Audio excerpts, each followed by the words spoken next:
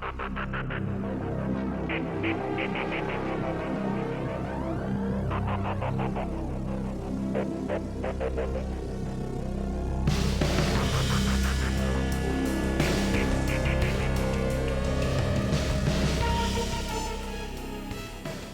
everybody, and welcome to yet another edition of the Elite City Podcast. I am your host, Blasco, and the man from the Great White North, Mr. Rick. What's up? Not much. Excellent episode of Dynamite yesterday. We have lots to talk about.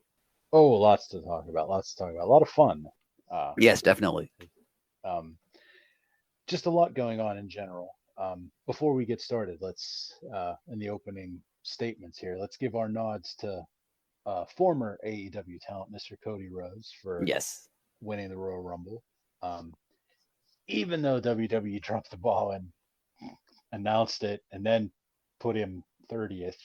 It's weird for a face to like come out 30th and win. Like you would think like they'd want to give him more of a struggle, but I don't know.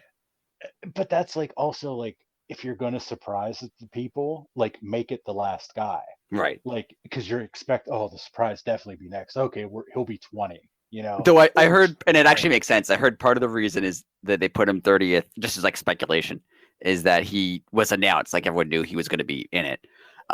So by the time they got to 29 and he wasn't there yet, you knew the last guy was going to be Cody, and then you didn't expect like The Rock or something. Yeah, I mean, I don't know if you remember the one where I remember when Daniel Bryan wasn't in it, like 2015 or 2016, I forget what year.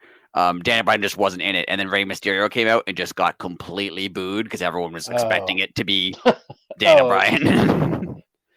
So I feel like the part of the reason they put him there is because people were expecting like The Rock or something, and then if you know it's going to be Cody, you don't expect. I don't know. It's a theory I heard, but it makes sense because otherwise otherwise it doesn't make sense as to why you'd have him be 30th. And he eliminated like Gunther last, who'd been there since the beginning. So you would think that would work the other way. You should have the face be the guy who's been in the match the whole time against like a fresh heel. But I don't know. We'll see. I'm happy for him though. That's what he wants, man. He's getting to be like the super face Cody that he wants to be, like the coming out and talking about his family and like talking about history and making every promo really long. I think that's what he wants to do. So good for him.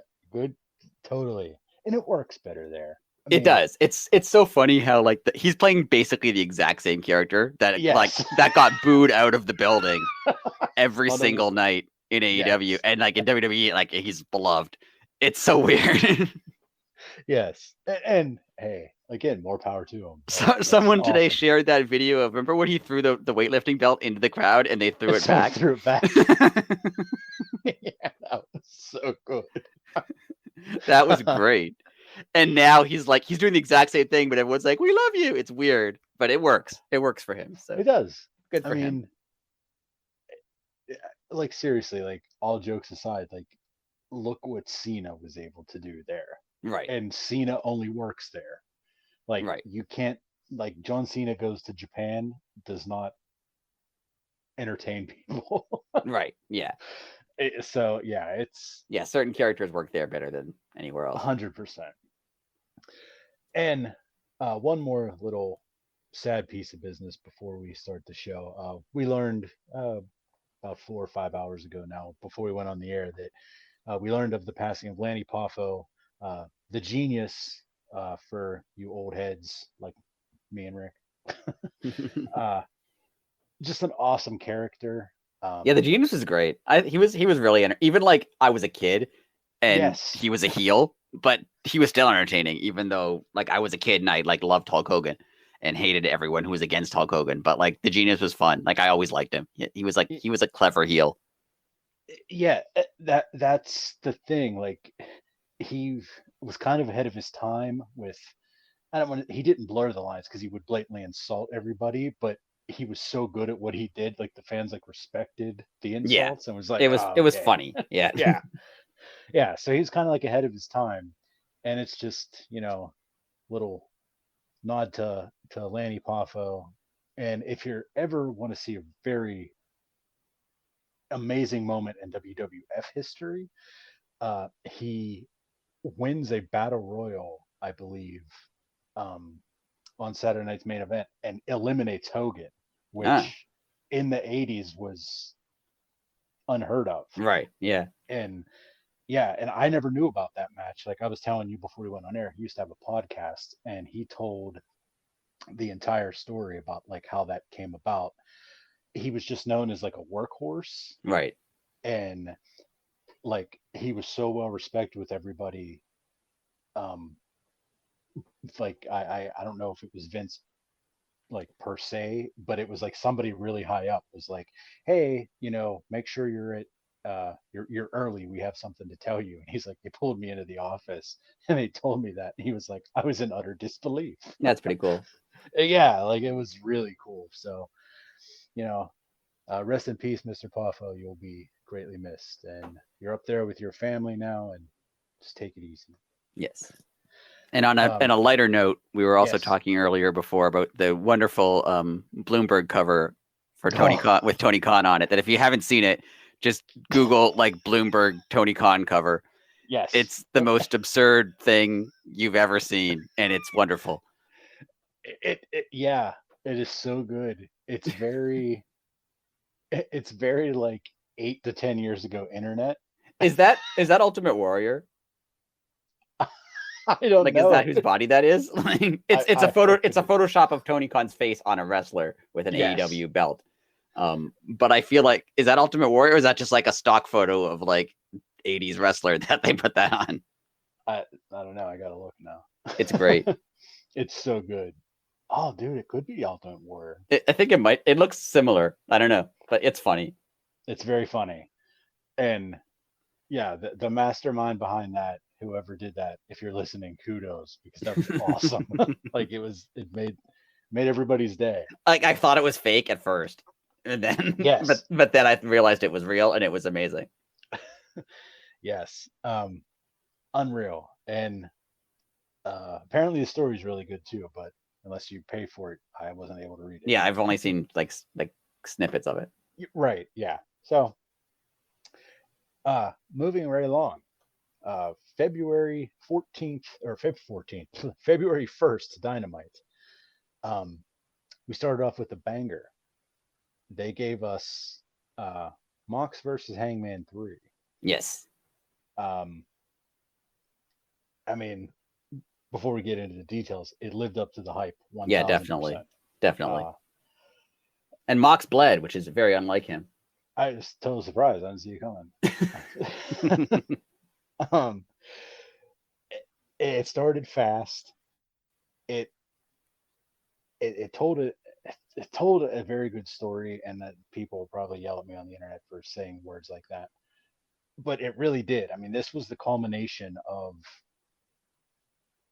well, a fake feud, but a culmination of a feud. It went back and forth. There were ups and downs, ins and outs, and it was very well done. Very Yeah, I very love well the put story of together. the match. I love the story of the feud. Like, it's been, I mean, the feud probably started on accident, like with the Hangman legitimately getting knocked out.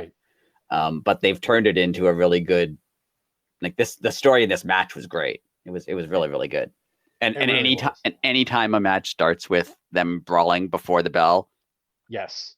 and the ref can't do anything about it because they technically haven't entered the ring yet, anytime that happens, that's a 5-star match.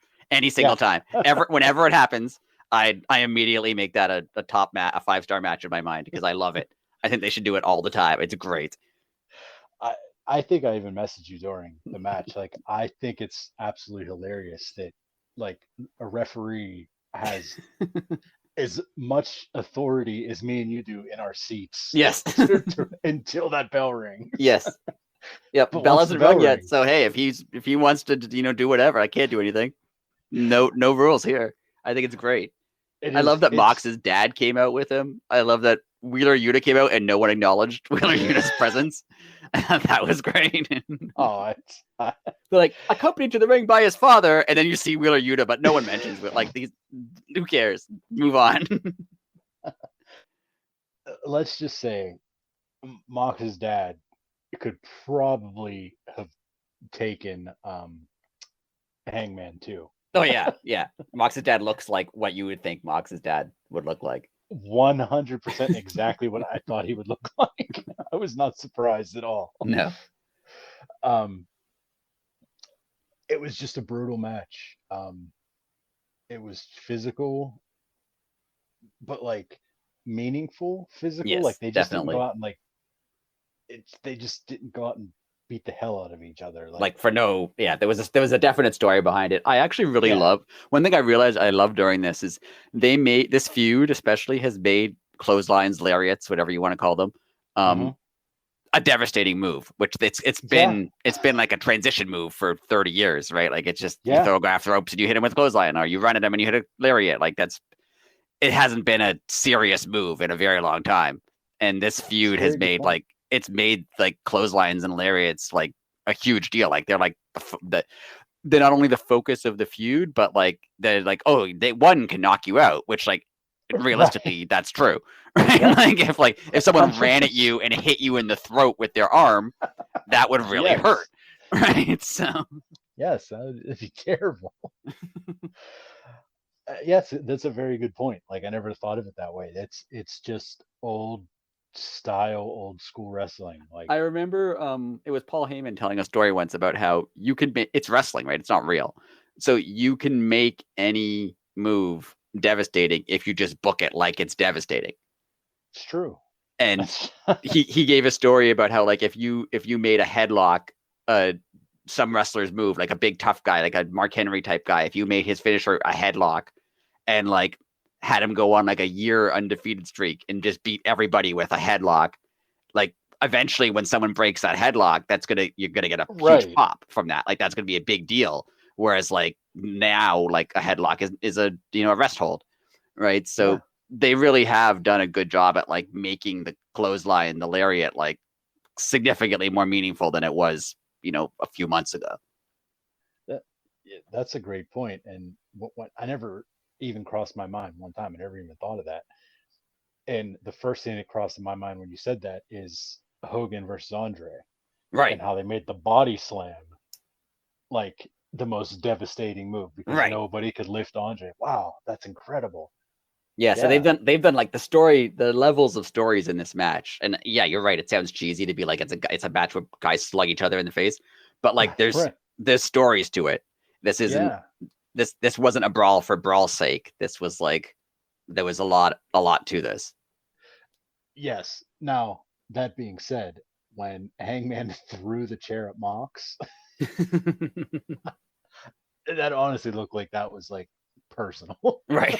That looked like there's some hatred behind that. They're doing a really good job at like acting like they hate each other. Even like I don't know their personal life, right? But like they seem like they hate each other. Like they're Yes. doing a Yeah. really good job of it. Yeah. It was just compelling television. Like I was invested in it. I mean, Definitely. you can call me weird if you want, but I was definitely invested in this match. We will say on a side note, Excalibur is also confused between the paradigm shift and the Death Rider. Yes.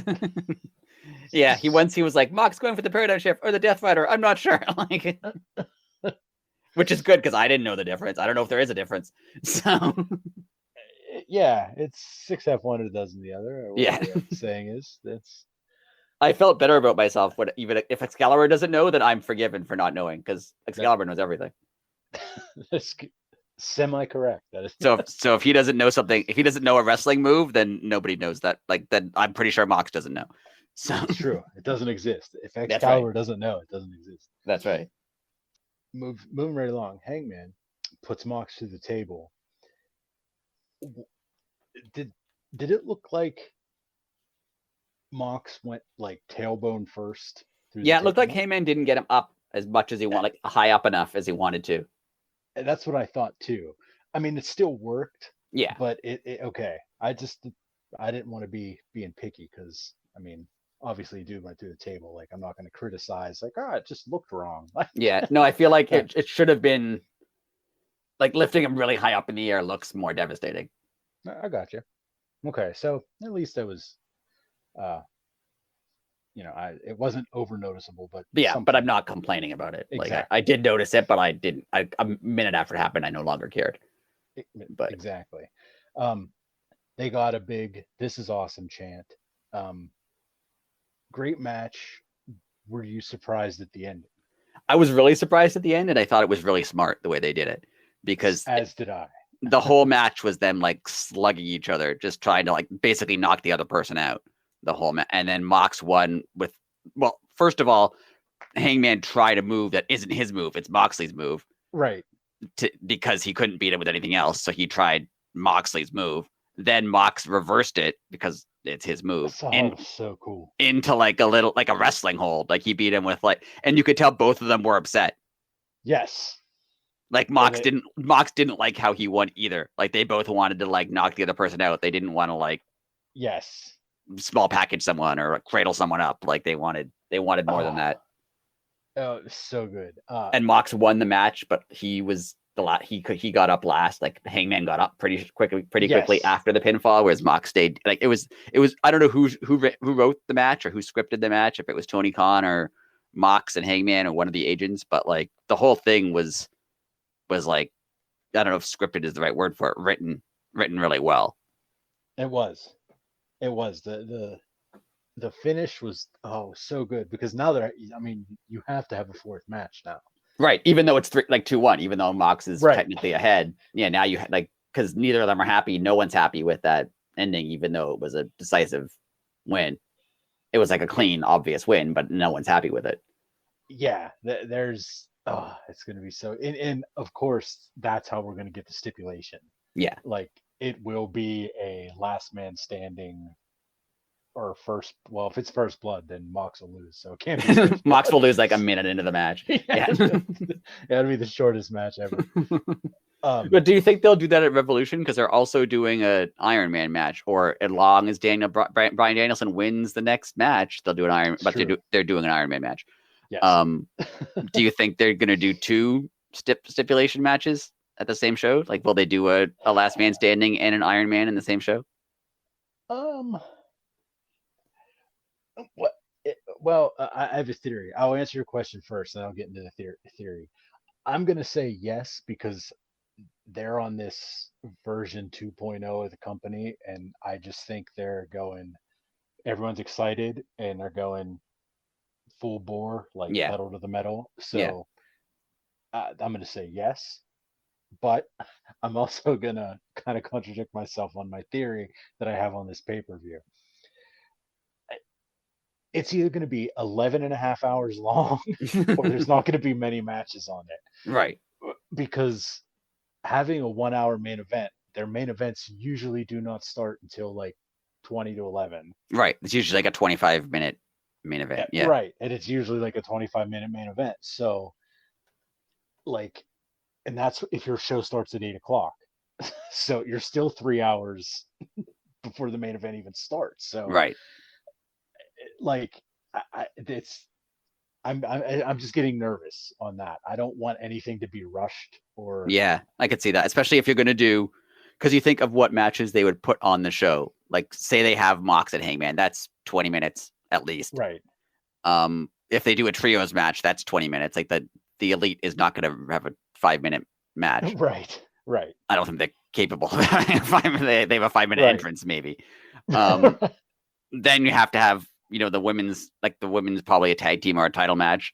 Yeah. That's going to take 20 minutes.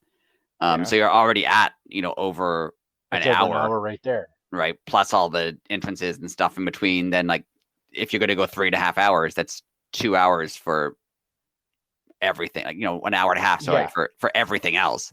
Right. Yeah. So I really don't, I don't know. I'm just nervous because, like, obviously there's time, but I just don't see how it's all going to come together. Yeah. Yes. I get that. I can see that being an issue. Yeah, but that's just I went off subject there a little bit. Yeah, they'll have to cut, because usually they have like 10 or 11 matches on a pay-per-view. Like, you can't do that if you have an Iron Man match as your main event. Right. I mean, it just doesn't make sense unless you keep everybody there till midnight. Or wait, where's it at? It's in, like, I don't know. Because if it's in California, then it would make perfect sense, because we would be late on the East Coast, but they would be like it'd be like 9 o'clock there. Yeah. It is in California. So maybe we will have to stay up until Yeah, it's in San Francisco. You start at 7 with a pre-show, have actual matches on the pre-show, and then you can have a 4-hour pay-per-view. Yeah. So we'll see. Yeah, we'll see what happens. Anyways, great match, great ending. The story is telling itself right now. Yeah. So, and the interesting thing, if they have a fourth match, not to stay on this for too long, but if they have a fourth match and Hangman wins, then they're really they're 2-2, right? Then you have to have a fifth match, unless for some reason Mox, like storyline wise, they're gonna say Mox and Hangman demanded a sit down meeting with Tony Khan. They don't even want this match, the last match, to count. Right? Like maybe it's maybe it's like a lights out match or something where they just want to fight each other. Like it doesn't actually. Yeah. There you go. That works. Oh, that would be incredible. You know what would be really cool? Not that they would do it because various reasons, but like a lights out match doesn't count, right? You know how they have the lights go out. Right. They could do the whole pay-per-view, then have the lights go out, and then go, oh, this last half hour, this isn't even the show. This is just guys fighting. This is unrelated, right? And just just have them fight for half an hour, right? Like, there you go. Let's do that. As long as it doesn't coincide with Power Slap, as long as there's not a crossover. Don't want to miss Power Slap. You can't miss Power Slap. I just don't want Mox and Hangman to have a Power Slap off or whatever. I guess they're fights. I don't know what they're called. I've never watched long enough. I don't want to go into that too much, but like, it's bizarre that like you can't defend yourself. So like it's just getting hit in the face. Like I mean, you're basically playing Russian roulette. Yeah, there's no like not get knocked out, or you might get knocked out. You might not. You don't know, but you can't do anything about it. Yeah, it's the dumbest sport. And even if you ignore the fact that like getting repeatedly hit in the head is not good, right? Like yes, with like unprotected shots to the head. Like there's just so much wrong with this show. Anyway, moving on. Anyways, one thing, back to Power Slam for 1 second. If it existed in the Simpsons universe, Homer would be the champion. Yes. that would be a whole episode within itself. That seems like a show that they would have made up for the Simpsons. 100,000%. Anyways, moving right along. Renee was sprinkled throughout the show a lot. Yes. And Renee brought so much to the backstage crew. I mean, I don't know why you let her go. You just start throwing money at her. I think she left, like from what I can tell. That's what I mean. She chose to leave. Yeah, but yeah. Yeah, you just say, here's a blank check. You fill it in. Right. Because you're so good at what you do. Like, obviously, she was going to go to be with her husband, obviously. But, right. But her little segment with the Bunny and Jamie Hayter, the Bunny issued a eliminator match for the title, or not for the title, for a title shot, excuse me. For Friday, I believe. Yes, which I love because you could just walk up to the champion and be like, I want to fight you, and they go, okay. Yes. Whereas sometimes you have to qualify and have beat certain contenders, and sometimes you could just walk up to the champion and just that's always been in wrestling. Like Cody had to win the Royal Rumble to get a title shot, whereas like someone else just walks up and goes, I want a title shot. They go, okay. Yeah, that's true. And then during the segment, we had Saraya and Tony Storm jump Dr. Britt Baker. Yes, I loved that. I thought it was great. It was such a such a late 90s. Oh wait, we have to cut to the parking lot because someone's being attacked. Like it was great. Oh, it was so good. And the only thing about the segment that I like totally thought would have ruined it. I thought the TV wasn't going to work. Yeah. Like whenever Renee was like, "Oh, here it is," and then they all turn to look at the television, it's just staying. It was Like, just like an looking up. AEW logo. Yeah. Yeah, and then it kicked in, so I was like, "Okay, that would have totally killed it." Yeah. Excuse me, I have something in my throat.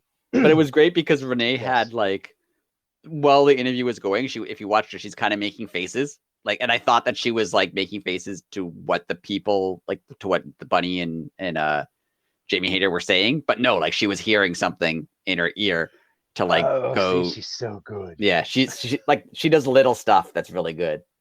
See, I didn't even notice that.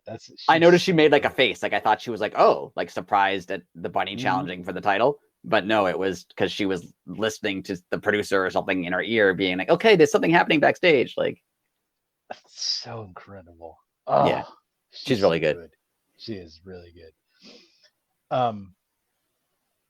So after that, well, that segment, obviously we set up the match, and then it sets up a little segment later in the show. Yes. Um, but we had the Acclaimed come out to squash Rick's new favorite tag team, Turbo Floyd and Truth Magnum. These guys are my idols just because of the names they chose. The names are like the most like 80s Yes. American gladiator name you can come up with. Yes. Yeah. Turbo Floyd. Come on. That's incredible.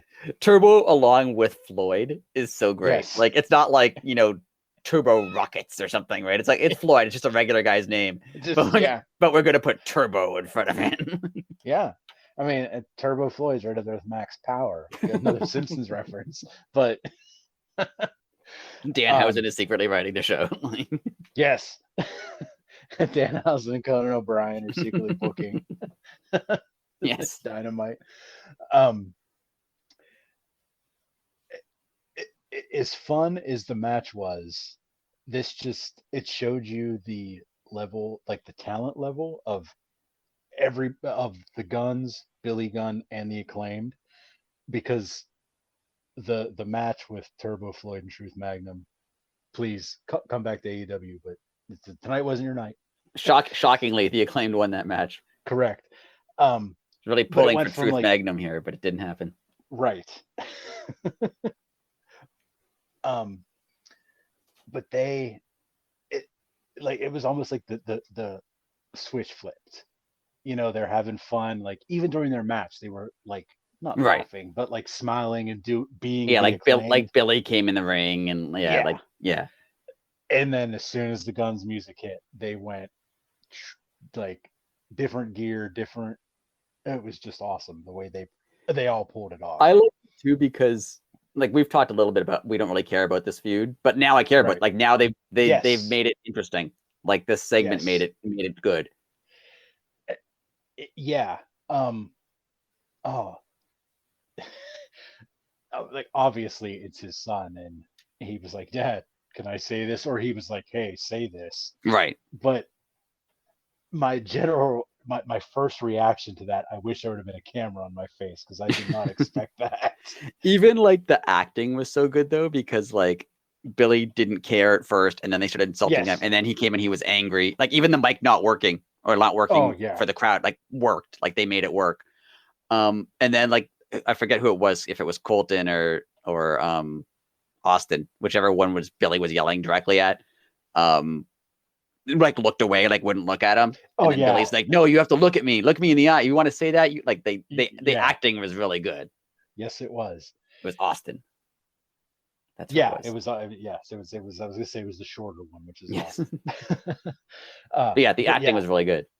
And if that was off the seat of their pants, what an awesome line by Billy Gunn. If you have the guts to say it, you're gonna look me in the eye. Right. Oh, it was so awesome. It was so. Oh.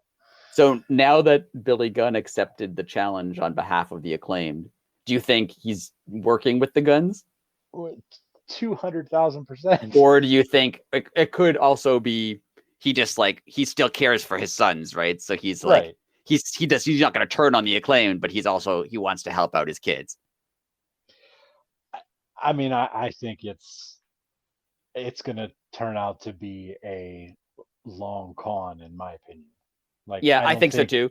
Especially because I don't think the Acclaim really needs Billy Gunn around anymore. right. Uh, so that's just what I think. I mean, I think Billy's involved with the guns, but I think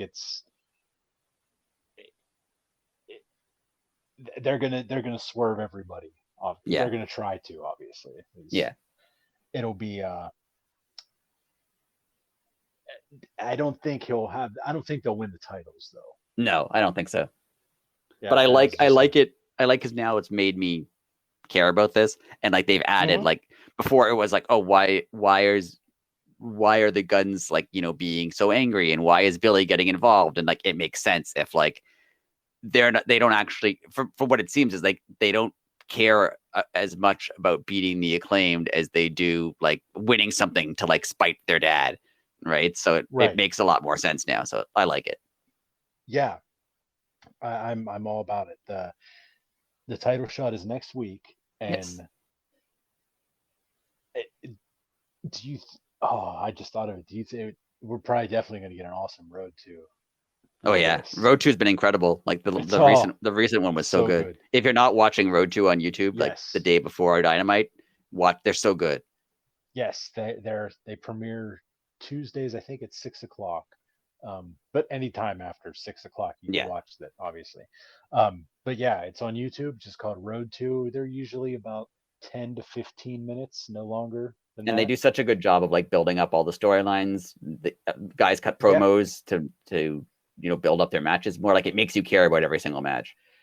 yeah. After this past week's Road to, I cared so much more about Jade and um, Red Velvet, Yeah, or that match, not them. Like, I think they're good, but I just didn't care about the match. yeah, But after watching that, oh, I cared. yeah. They make you real. They're great.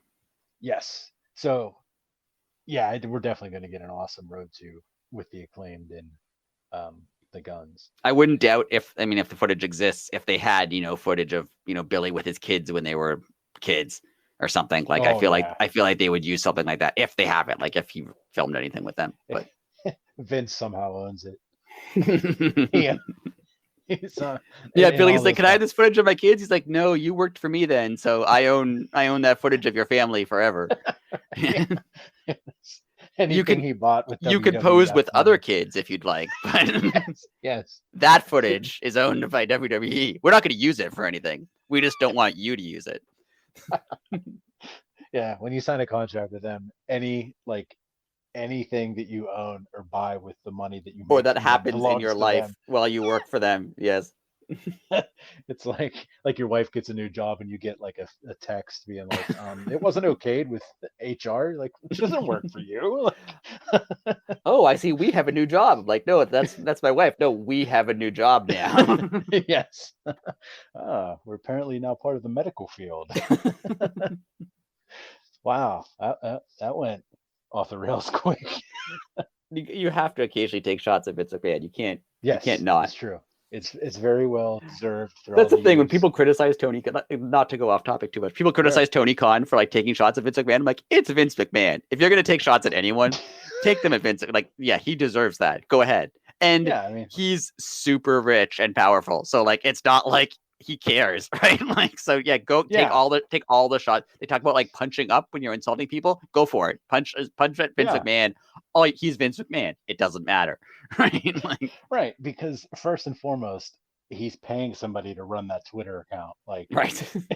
it's he doesn't sit on his phone on Twitter and be like, "Oh no, Tony Khan just made fun of me." Right.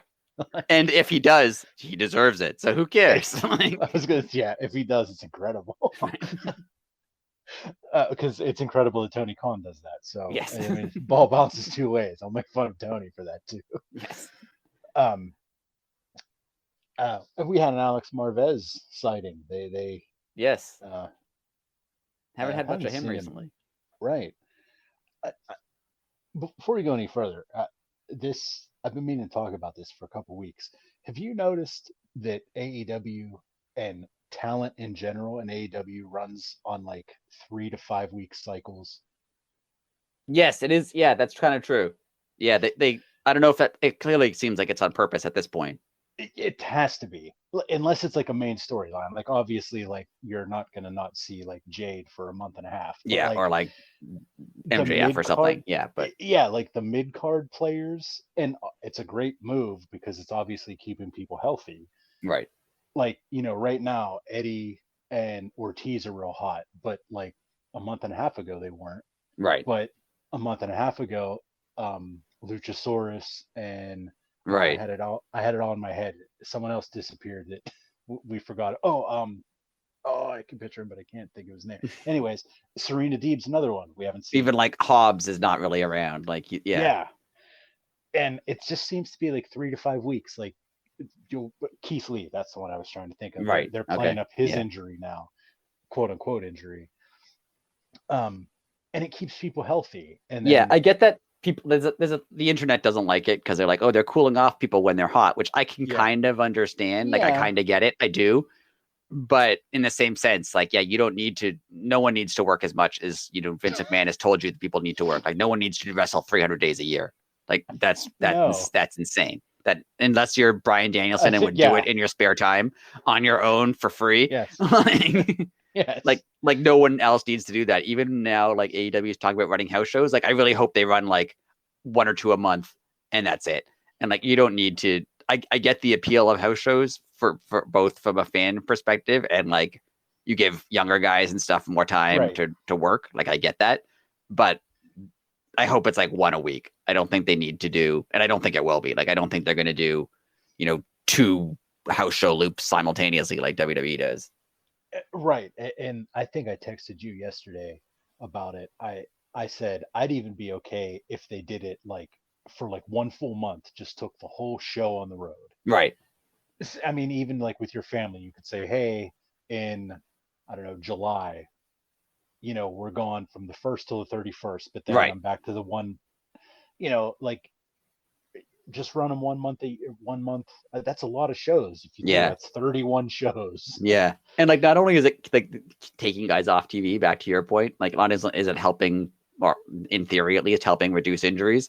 It Yeah. like it's something that they can use as like a selling point for why you would come to AEW. Like, oh, if you come to AEW, Right. maybe we can't pay, maybe we pay the same, maybe we pay a little bit less, maybe you don't like you're gonna make the same amount of money as you would in WWE, but you can get time off like every month, Yeah. every 5 or 6 weeks you get 2 weeks off to like just hang out at home. Yeah. Just recharge Whereas and that never heal. happens in like has never happened in wrestling really until Right. now. And it's just so weird. Like I I get when it was like super secret, like you if you did lose your spot, I mean, there was nothing to do. Like Right. there's nothing you could do. Right. Who you're going to complain to, and they're going to say, "What, wrestling's fake?" And then you're Right. ostracized. Like then you don't have any job. Right. But in this day and age, to like, I mean, athletes do it all the time. Like, I mean, we talk about it on here all the time. Maintenance days exist in the NHL.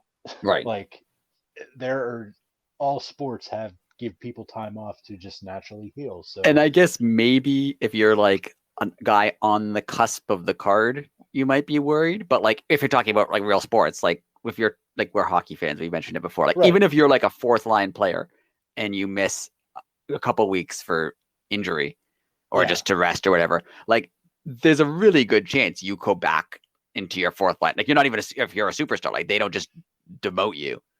right, Like right, maybe on occasion there are situations when like the guy who replaces you does such a good job that like you lose your role, but that's not common. right. And if it is that guy or girl was going to do that anyway, Right. That's true. like their the charisma was there, the timing was right, or Right. that was going to happen.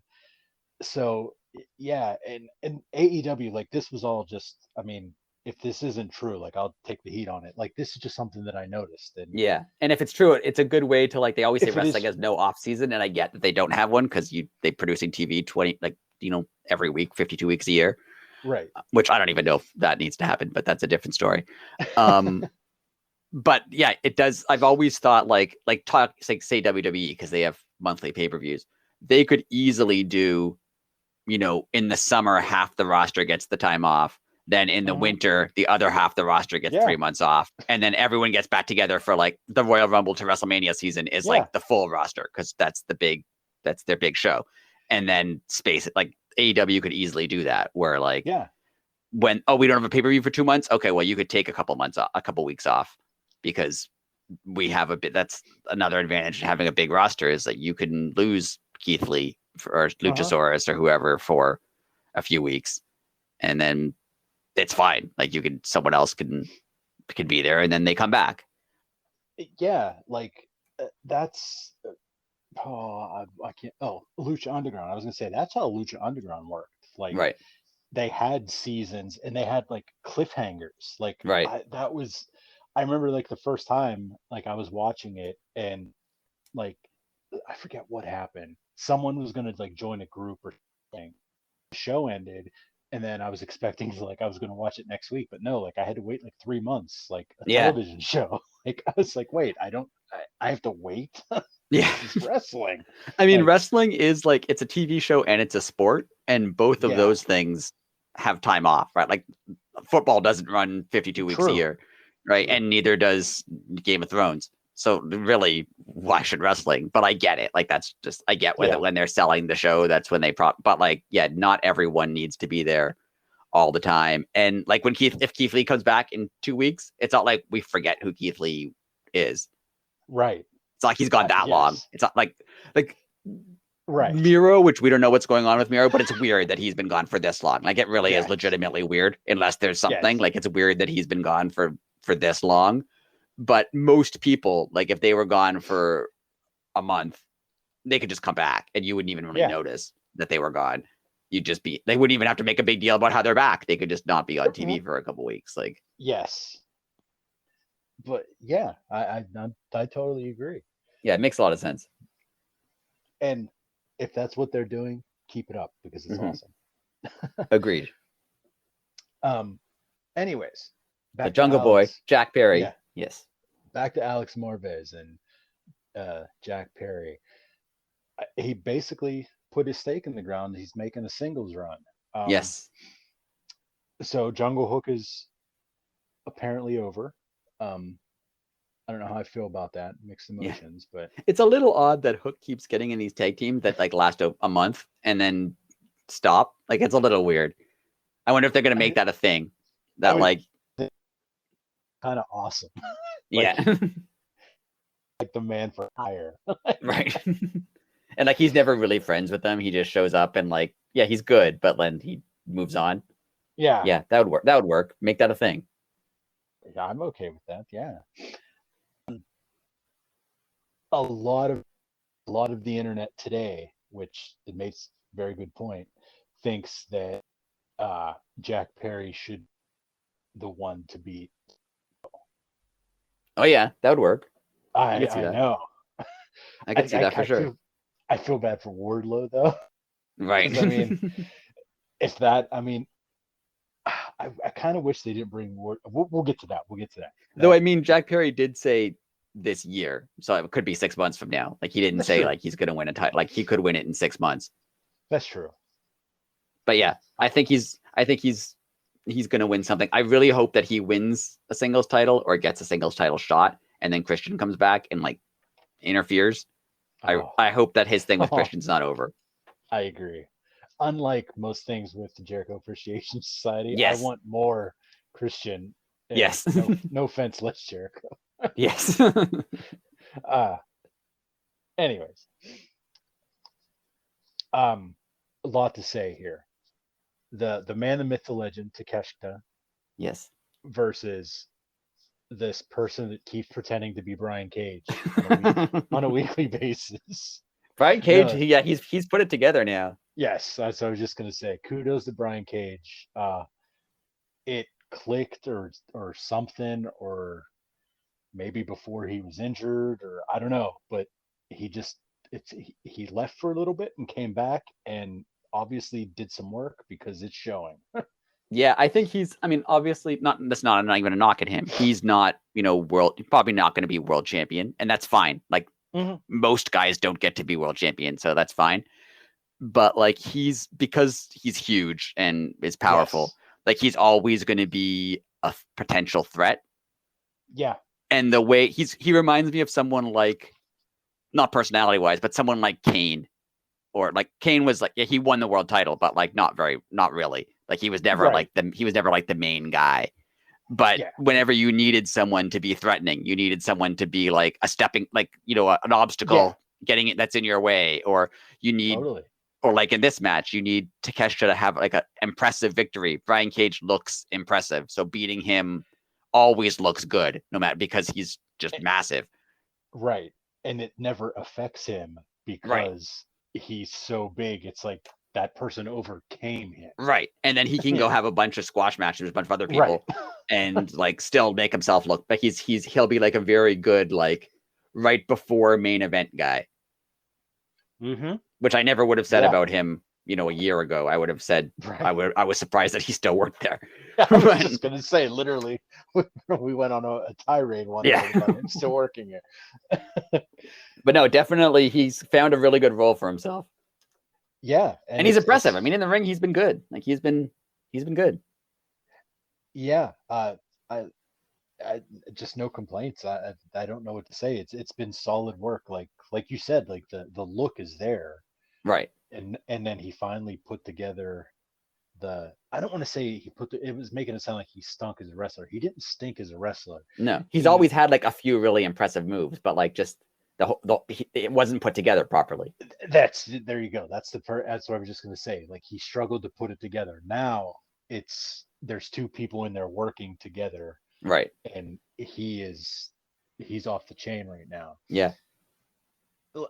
Let's take a minute to talk about how fast Takeshita is. Like, I never realized, like, dude goes like 0 to 60. And he's like, even compared to Brian Cage, like he's a big guy. Like he's not small. Like he's not, they said he's like 6'2" or something. Like he's not a small guy, but he's fast. He hits hard. He moves like we all know, we all love Takeshita. Everyone loves Takeshita. But he's been great. And I love that he was in this match. I love that he won this match. It was great. Yeah. if you're ever bored, go and read Takeshita's Wikipedia. In the 26 years that he's been alive, I guarantee you he has lived way cooler life than you. And he just seems like such like if you look at his Twitter feed, like he just seems like the nicest guy. Like obviously I don't know him, but he seems like he's just like a nice guy who's like just happy to be wrestling. Like, yes. Yeah. Like Ric Flair went on some attacking him for like, I don't know if you saw that. Ric Flair was attacking him for like weak looking chops, saying that like he watched his match with Brian. And yeah, he was like, he's like, oh, one day I hope that I can do chops as good as you, but thank you for watching my match. Like he was like, yeah, he thanked him for shitting all over him. Right. Great. He was like, thank you for watching my match. One day I hope to be like, he didn't everything about like, he's such a like just nice guy. He's great. He will have gold this year. Yes.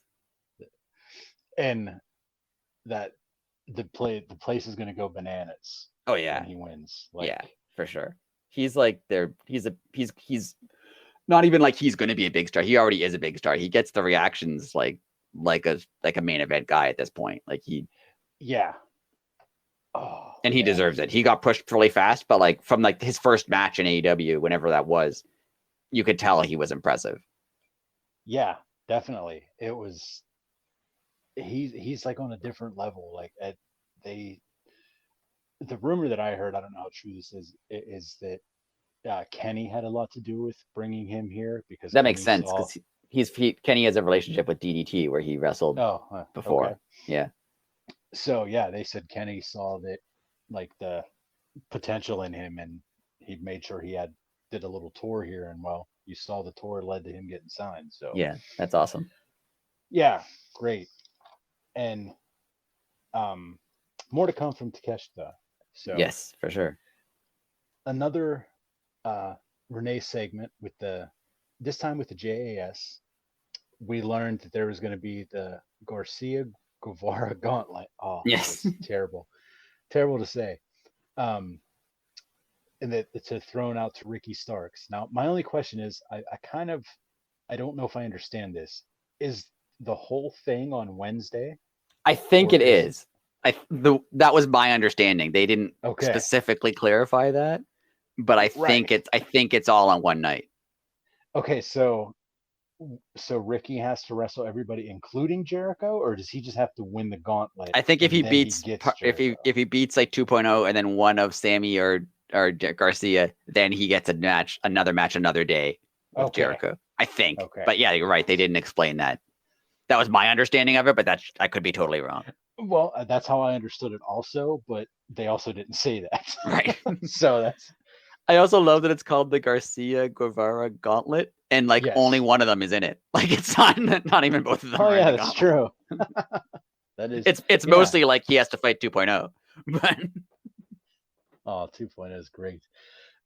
That is very true. It's I I hated the Garcia Sammy thing at first, but now I like it. yeah, It's grown on me. I go back and forth as to whether I'm over with the JAS or they're still like every so often I'm like I'm bored of this group, like I don't want them around anymore. But then sometimes they're funny, and then I'm like, okay, I Yes. get it. But I do think they not the group as a whole, because I think like everyone other than Jericho is great, and like is doing a good job of like elevating them. Hmm. But I think him at least needs to move a bit down the card. Like I feel like they're like a solid upper mid card act. I don't think they should be anywhere near like main event I agree. act, because I that's agree. yeah, it's a little much. But we'll see what happens with this. Yeah. Everybody's on the Jericho cruise right now, so Oh, there you yeah. We should try to go next year. go. That's that's the Elite City from the cruise. Yes. We'll get paid to go. That's even better. So Yes, there you go. There you that's the go. goal. Um, that probably would be fun. Anyways, the Elite make the challenge to AR Fox and Top Flight Yes. uh, for Why were they tomorrow playing night. basketball? Nick used to do a thing on uh, BTE where, like, well, obviously it's not live, but Right. they would make it seem like he would, like, while Brandon would be interviewing Matt, like he would just be sinking shots, but they would be all cut together, kind of. Right. Okay. So, like that one that he made, he just did one, but Right. yeah, they would sprinkle them throughout BT all the time. Do you So that was find like it a little fun. odd that the Elite, and maybe there's a reason, but like the Elite haven't commented on where they were for when they got suspended? Like obviously everyone knows where they were, but they haven't said Right. anything like on in character on AEW TV, like why they didn't have the trios titles and now they just came back and have them again. Like it seems a little weird to me. You would think that they would cut like a big promo, and even if they couldn't mention the real reason, like they'd have like a storyline reason, but like they've done nothing. And it never even dawned on me until you brought it up. So now it does Yeah. bother me per Like se. I was when they came back, I was expecting like an Elite promo, Right. like in the ring where like they cut, but like they haven't really cut any promos. This wasn't even really a promo. This was like a minute long. Right. It's weird that they haven't really cut any promos since coming back. It is. And okay, now I'm going to get into another theory that I've been kind of, All right. I don't know, just it's been stirring through my head ever since the infamous incident, Yes. okay? Um, which led to Punk going and the Elite going, and then um, during that time Max was gone, and this all leads to that blurring the lines work, Right. stuff. And if you notice, all that happened, and then all the stars basically took themselves off TV and handed the reins to everybody else. Right. And what did the show do? It prospered. Right. So if again, we don't know if this is a work or not. If this was a work, what a success this is going to go. What, like, it's a piece of history this will be, Right. because you had the Elite, you had CM Punk, you had MJF that were all hot, and you took them away to let other people prosper, Right. and then you're gonna bring event. Okay, you got 2 of the 3 back now. You Right. got MJF back champion, and you have the Elite back as the Elite. Punk comes back, and all of a sudden you have all these other stars that blossomed during, well, however many months it ends up being between, like right now we're at like what, Punk's been out like about 5 months, 4 months, something Right. like that. Yeah. Say it's another 3 months. So when it's all said and done, it'll be 7 months. But you have all these people that stepped up. Like, I mean, we're going to talk about Ricky Starks here. We're talking about Takeshita, with the Acclaimed. All these people that might not have necessarily got on television Right. had Punk, MJF, and the Bucks, who are all established people. Well, minus MJF, but all everybody else is established. And going back to the work scenario, if it was a Yeah. work, I'm just saying and they it's weird. Like when MJF left, like that was, I think that was a work, but they made it seem like it wasn't. Right. right, So take it for face value. He stormed out and left. Right. right, But then when he came back, they mm-hmm. explained it. Like they Right. explained, like Tony Khan called him and they worked something out. Like they had an explanation as to why he was back. This, like the Elite just suddenly they won the trios title. Like if say you didn't look it up, right? Like Yeah, that's true. The Elite won the trios titles, disappeared. Whereas like fine, if you're a wrestling fan, you think, okay, maybe they have a contract dispute or an injury, or like that's happened before. Like I've seen that happen in wrestling. Like fine. But then they came back and just never mentioned where they were or like why they were back. It's a little weird. The only thing that I can think of wholeheartedly is if they're waiting for Punk to come back and then they have the face-to-face in the ring. I could just see, I thought they'd do like a half passing, like, oh yeah, you thought you could get rid of us, or just something short, just like a little thing just to explain why they were gone and why they're back. But it's a little weird. Well, I mean, you did have Kenny bite a guy on national television. And I mean, the Elite they've kind of had this ambiguity for a long time. Like they were with what's her name, Gallows and Anderson. Like they were with them for a while and they just disappeared, and like no one ever mentioned where they went. That's true.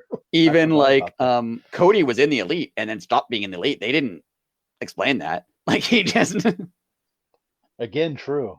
He just like he was with them and then just like, oh, now he has the Nightmare family. Who are they? There's some new guys, and like he just had them, and like they just So I guess what I'm getting to is the Elite isn't really big on explaining stuff. Like, true. They just like stuff just happens. Like they don't explain like even what's it called? The rest of the Undisputed Elite. Like they've never mentioned where they are. Like they've just gone. That's very true. Yeah. Yeah, Bobby Fish and Kyle O'Reilly. Well, they're just gone. Like they don't exist. They never existed, right? They never mentioned that again. Like it's the Elite are like they're great at telling stories a lot of the time, but then sometimes like things happen and they're just like, yeah, he's just not around anymore. Like they don't actually explain it. They just like it's true. Because I would just happen to be reading like for some reason I was on like the Elite Wikipedia page. And they list like the members of the group from how they do like from this date to this date, like this person was a member or whatever.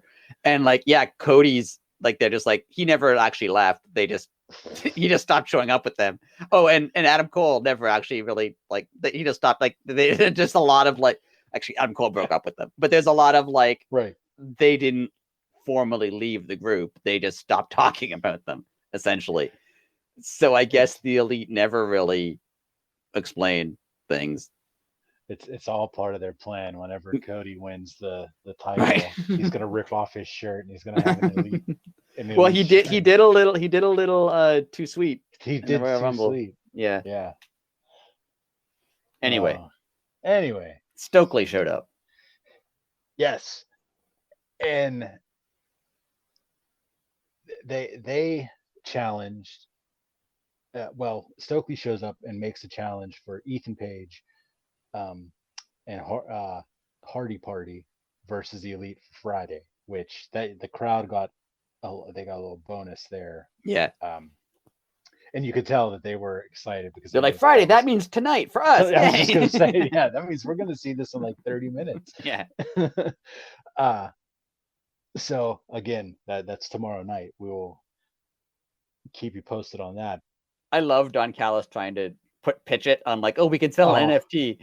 that was so incredible, and the fact that Excalibur just buried him saying, "Oh, and Don Callis still thinks NFTs are a thing." That was so I good. just love him pitching it, not like, oh, because he's like, oh, that's Matt Hardy, not like, oh, if you beat Matt Hardy, that looks good for you. No, if you beat Matt Hardy, we can put that in an NFT and we can Yeah. sell it on the internet. I thought that was such, Yes. and the fact that Kenny and the Bucks were like, oh yeah, good point, and they all just like agreed. That was Wow. funny. Like, see, That that's was not a real amazing. explanation. That's a funny explanation, but they did it, and it's funny. Go ahead. Yeah. Like, Oh yeah. Have fun with it. yeah. That's the thing. It's all in good fun. Right. People need to like relax. Like this isn't. I hate when wrestling has fun and people get mad at it. Like Yeah. And I mean, certain characters are certain characters, right? Like you don't like the Bucks are funny. Like that's you right. expect that from them. Like it would be a little odd if like Mox was telling jokes all of a sudden, but or like Right. Wardlow, but like because that's not their character, or Samoa Joe. But actually, he's pretty funny.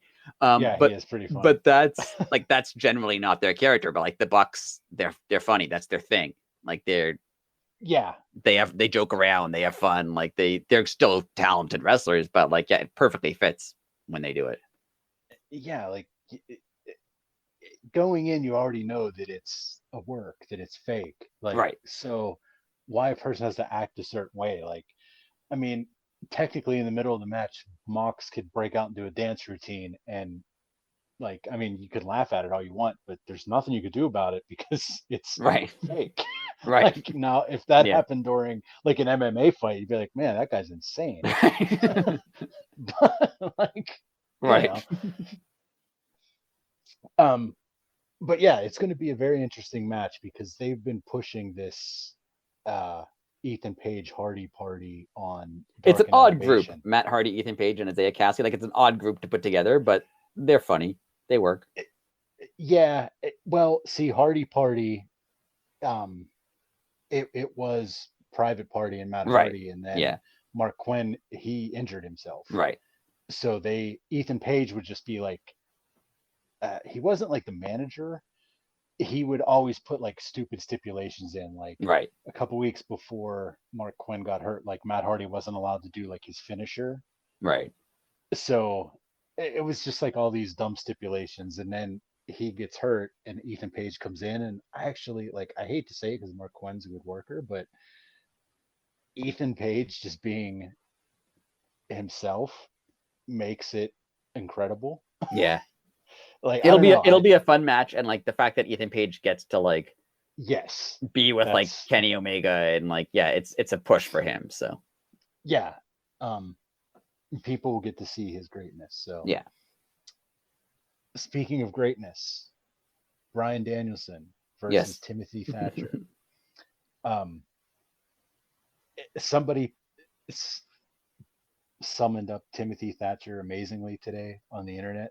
Uh, they were saying, "You'll think that this man will bore you," and he's like, he wears like boring tights. He looks Right. boring. He's a chain wrestler, and you'll be like, "Oh, this is boring." And then the next thing you know, the bell rings, and it was like a 15-minute match that just like you didn't realize that that much time passed because he captivated you. Yeah, Like, it went by really and fast for sure. yes, and him and Danielson together. So I was just going to say, like, if Timothy Thatcher can do that with Joe Average, you put him with Bryan Danielson. Right. Oh my goodness. And the fact that they gave him the top of the hour because WWE said he was a ratings killer and a Right. great talent. So It was a very particular match. Like it was a lot more like yes, a lot more like small submission moves. Like it was I can see why he didn't work in WWE because that's not yes, it's the complete opposite of like any of their style. Like when we talked about how just Cody works better there, like certain people work yeah, better in certain styles. And yeah, like I totally get why Timothy Thatcher didn't work in WWE because like he's, working on the shoulder or like, grabbing his fingers or like stuff that like yeah. doesn't translate to they want everything to be very big motion. So I get it. But it was a good match. Like it was a fun match. Wonderful match. Um, it was a super technical match. It was great chain wrestling, but MJF works his way to the ring, and out of nowhere, excuse the pun, Yeah, like the honestly, man, where did he come from? yeah, like I don't know, he was airborne. So he jumped off of or over something. Yeah. The man, the myth, and the legend himself, Konosuke Takeshita, out of the Yes. crowd with with his sweatsuit on. So apparently he showered and everything. And then like somehow got into the ground. Yeah. Yes. Well, you said he was fast. Yeah, it's true. Um, it fights for Danielson, keeps MJF away from Danielson. Danielson hits the Psycho knee, 1, 2, 3, and then Renee announces an eliminator match between Takeshita and MJF. I love how she For did it. Like they're brawling backstage. yes, And then Renee just walks in between the brawl and was like, I have news. yeah, she's like, settle down. She's like, oh, she's incredible. I was a little upset that they're having the match just because I told you my theory of I wanted Takeshita just to never win and like never Right. face MJF and then finally beat him. But Yes. but people are gonna go nuts for him. So I hope it's not a clean loss. Like I hope they like MJF screws him somehow so that they can still have that match another time where he wins. But yeah. Because he's not winning this match. Like he's not gonna get the title shot. But. Well, I'm gonna play devil's advocate here. What if during this match Takeshita purposefully gets himself disqualified by hurting MJF, and he's like, then it cuts to backstage. Danielson's laughing.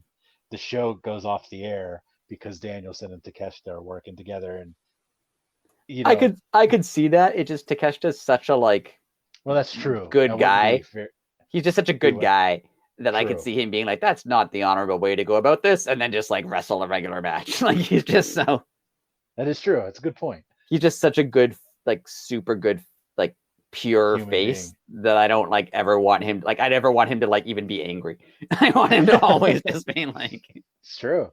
he's such a Okay. just like a nice guy. Like, Oh, he's so awesome. yeah, he's the best. It's gonna be a good match. It'll be fun. It's going to be a very good match. It'll be a very fun match too. Moving right along, right before the TBS title match, we had a little um, backstage with MJF, and he upgraded from a envelope to a suitcase. Yes, briefcase, finally. That makes a lot more sense if you're gonna bribe someone with a lot of money. Like a lot more money fits in a briefcase than fits in an envelope. In a business size envelope. Yeah. But it looks like we're going to get Roosh versus Danielson. Were you disappointed that it was Roosh? Not a knock on Roosh, but it wasn't like a surprise. Well, first and foremost, my my dreams were shattered last week when I realized that I thought Nick Aldis was somebody else for the past 4.5 months. Yes. So actually, no, I was not upset. I think he deserves it, honestly. Yeah, like not like Roosh is a good wrestler. I like him, but like I was kind of expecting it to be like someone more surprising. Yeah, I was definitely expecting a surprise, as in like somebody outside of the company, like Timothy Thatcher, yeah. Yeah. So, but it's gonna be a good match. Oh, it's gonna be a great match. And who would have ever thought that in Andrade's own group that the guy that he brought in would overshadow him? Yeah, Roosh has done a good job. Roosh has done a really good job. Yeah, like people don't even ask about Andrade anymore. Like obviously he's hurt, but it's like you forget that. Like I forget that he works there. Right? Yeah. I mean, we were just talking about Miro. We talk about Miro every week. Like I literally forget that Andrade. Right until someone mentions him. Yeah. Right. I don't even think of like the LFI group as his group. Like it's Roosh's group. Like, yes. Yeah, and that's bad that we think that way. Right. But moving right along, TBS title match: Jade versus Red Velvet. You hit the nail on the head when you texted me right after the match ended, and you were like, at this point, Jade is nowhere even close to a heel. Like No, like like everyone loves Jade at this point. everybody loves, like, Jade is money right now. I will say they did a really good job making it seem like Red Velvet could possibly beat her, which like I didn't think she would, but Right? they did a good job making I thought there was a possibility, like there was a chance, which Yeah. usually in Jade's matches you don't think there's any chance of her losing, but this one there was it was possible. Yes. Now, let's we're gonna give both these ladies credit, but Jade, you could tell she's been putting the work in, because we said her last match was probably the best match she ever had. I think this match was better. Yeah, the match itself was good. What I mentioned to you outside of the podcast, her like ability to work the crowd is so good. Yes, Like she gets she it. mocks the crowd. She does the push up. She like claps Oh, along. She gets reactions. Like she knows how to yes, like. She's always been obviously physically impressive, very strong, like tough person. But like now she's getting how to like tell a story and then how to get the crowd involved in the match. How to like yes, it looks better and better every week. yeah. Well, you when you said just showing how strong she is. Well, when she physically military pressed Oh yeah. Red Velvet and then walked up the ring steps with her. That I hope that's like obviously she can't do that to everyone, but I hope that's a spot that she does like on a Yes. regularly because that's a good spot. I like that. I don't know if I've ever seen it. It was that impressive. Yeah, like Like, I obviously she can't do it to everyone because it takes a lot of right, strength to like if someone's a lot larger, like Red Velvet's pretty small. right. So maybe she can't do that to everyone, but like if to whoever she could do it to, if she makes that like a regular spot, that would be really cool. Yes, because it was unbelievable. Well, we're going to talk about good old fashioned wrestling. How was the Aubrey Edwards spot out of position? Yes. Red Velvet gets the pin. Could have counted to 7. I don't know Yeah, why it took I was a actually weird surprised move. they gave her kind of like a visual pin over Jade because like Jade's Yes, never lost, right? So like right. she didn't lose, but like technically Red Velvet beat her. Like if the ref had been there, right? Yeah, that's I'm surprised they gave her that because like Jade's never lost at all. So the fact that she had a moment where it looked like she could lose was a big deal. and oh, that's storytelling, because now they Yeah. planted the seeds, because it's coming now. Right. Yeah. It's there. It's like you always said about Darby, open challenge week in week out. Eventually he's got to lose. Right. And you like know, I really like that. I'm torn on this because part of me thinks that like Jade has to look like she could lose because right, if she's just squashing people every week, like yeah, it's fun, but eventually it has to look like that she could lose. right, Like most of the people she's faced in this 50 wins, like you never thought any of them were going to beat her. Like maybe 3 or 4 could have beat her. Like Athena could have beat her. yeah, Maybe I thought Willow had a chance that one time, but like realistically, most of them weren't ever going to beat her. right. Um, but this is where I'm torn because in one sense, I want her to look a bit more vulnerable, like she could lose. But in the other sense, like I just really enjoy watching her just wreck people. Like it's great. It's so Like good. there is a part It of me is that thinks, yeah, if so she's good. just like pressing people over her head and like throwing them around and like talking smack to the crowd, like if she just did that every week for 5 minutes, like that's good too. So I'm torn. Yeah. It- Do you do you think she gets a loss, like in a trios match or a tag match before? No, I think if they do it, she loses. Like Okay, she'll so like it's just outright lose just to make she'll it a lose the title and everything. yeah, just to make it a bigger deal. Because when she loses, it's Okay. going to be a big deal. And like Well, if that's true too. Yeah. I think they're going to have it be, I still think they are waiting for Statlander whenever Yeah. she comes back. So I think she'll lose and she'll lose like cleanly, and it'll be a big deal. It's gonna be an interesting passing of the torch, And that does kind because of, as much as I like have her like frees her up to do whatever she wants after that, right? Like right. Uh but it's gonna be so good. Uh, Anyways, Jade, she gets the win on awesome spot at the end. I love her coming up with like new ways to get people into Jaded. Like it's in the last couple of weeks, she's had like more interesting ways to do it. I think it's been fun. And this one, I mean, I'm gonna give Red Velvet some credit, because she was kind of slipping. Yeah. And she stood her ground, like she didn't give up, and Jade muscled her way through it. Yeah, that's a spot you could easily mess up, but yeah. That's what I was just gonna say. Red Velvet could have easily panicked and be like, "Oh God, I'm slipping," like, and then squirmed the wrong way and knocked him down, or even, right. But good match,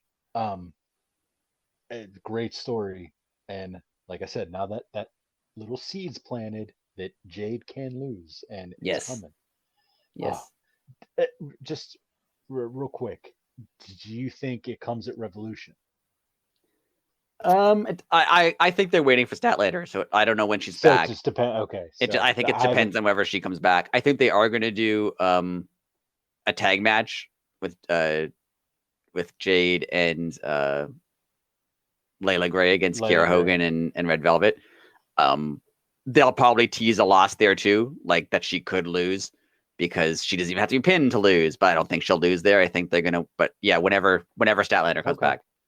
Yeah, I definitely agree with that too. And I actually agree with waiting. I know a lot of people are like, oh, if she's not there, change plans, have someone else beat her. But like, Jade doesn't have to lose. Like, I get that it's kind of predictable that she wins all the time, but she doesn't have to lose yet. Like, if she goes another month doing this or whatever, like if Statler's not back for a year, sure. Right. But if she's gonna be back in a month or two, then wait it out. Yeah, that's if I agree with that, because at any time Jade could lose. Like, yeah, you maybe put that on a pay-per-view, but I mean, hey, just throw the crowd a bone every once in a while. And if Statlander's coming back, I don't know, just a random Wednesday in April, right? You know what I mean? Just like Jade has a mystery opponent tonight. Oh, okay, she's gonna destroy whoever this is, and then it's oh, okay, right, and then she loses. Oh, yeah. Wow, that Whenever they announce that she's facing Statlander, people are going to just go nuts because they know most people think that they're going to wait. They're waiting for her to come back, right? So as soon as they announce the match, it's going to be a big deal because you'll be like, "Oh, is this the one? This is this could be it." Like, yeah. Oh, it's going to be so good.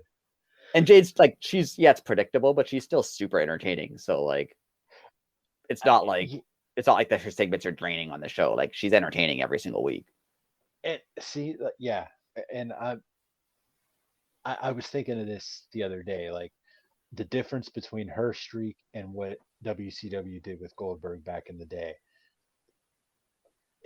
The Goldberg thing was a phenomenon. Like, it really got that man over. Yeah. But what killed it for me as a fan is it was like every week. I didn't need to see that every week. Right.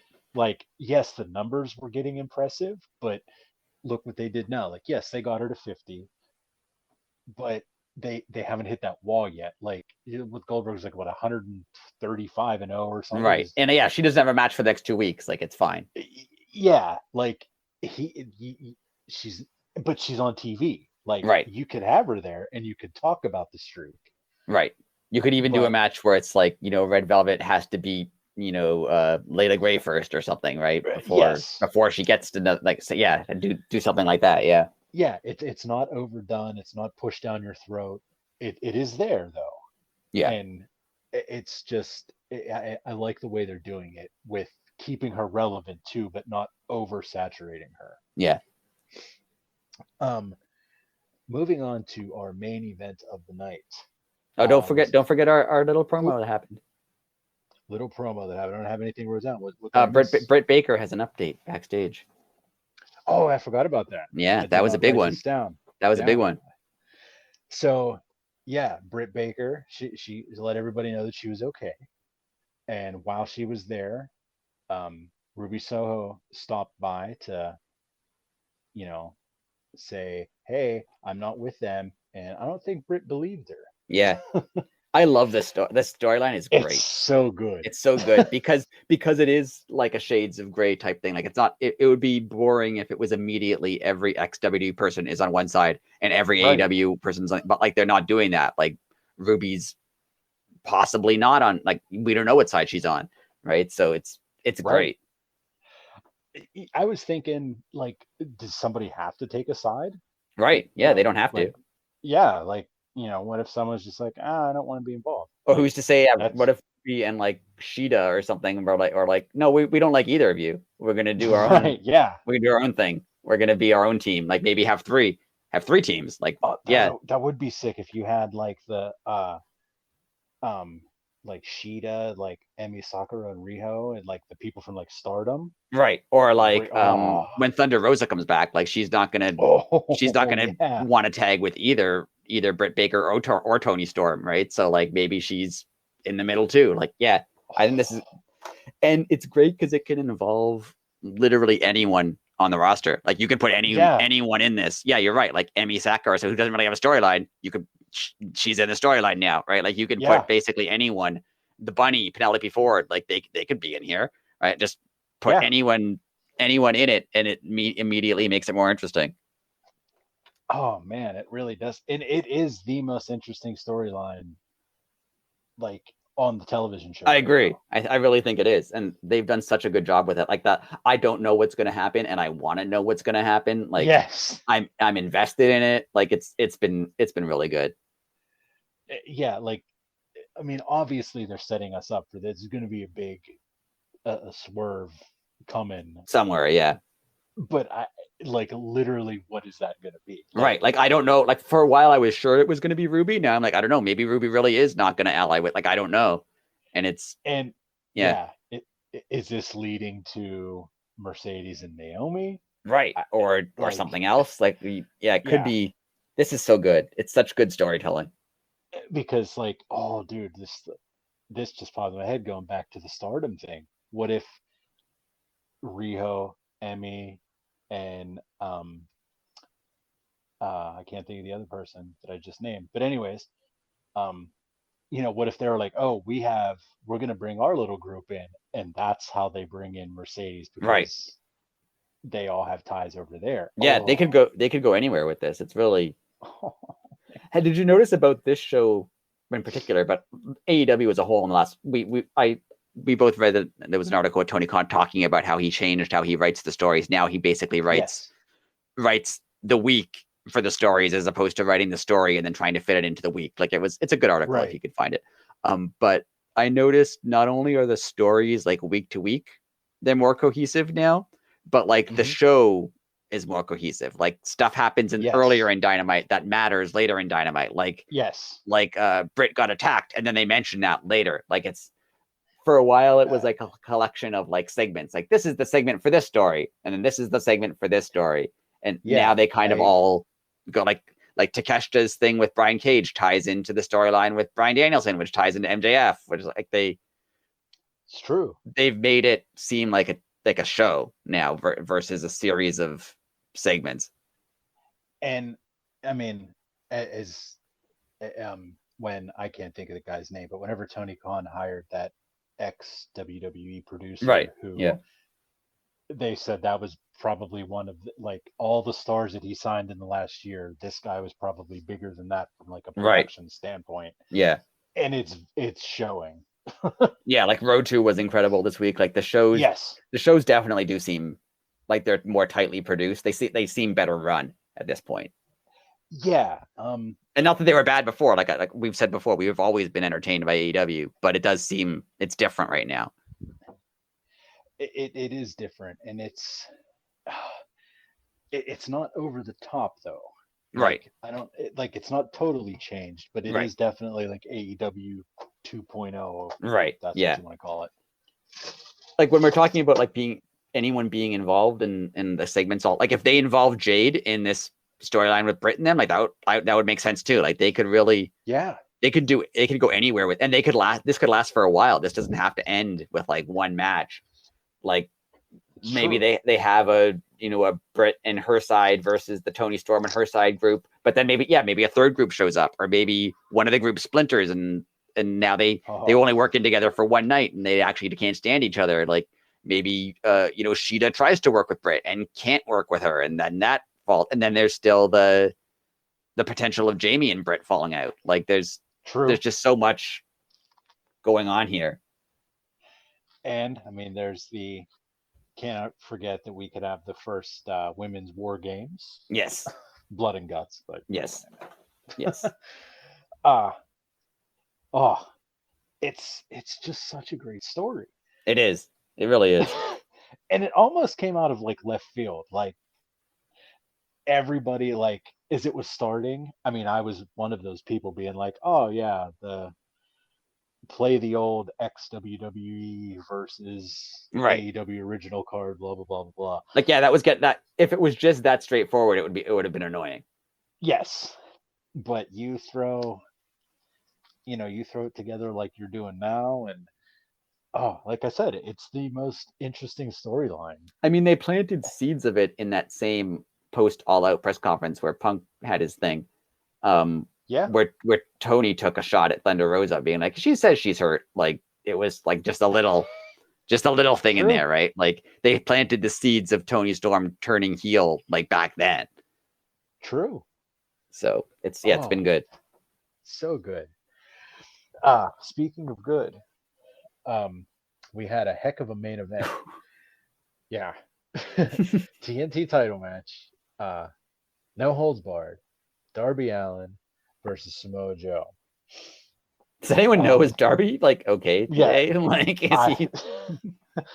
Your guess is as good as mine, because Do you see Samoa Joe posted like he has a giant, like his face is half swollen?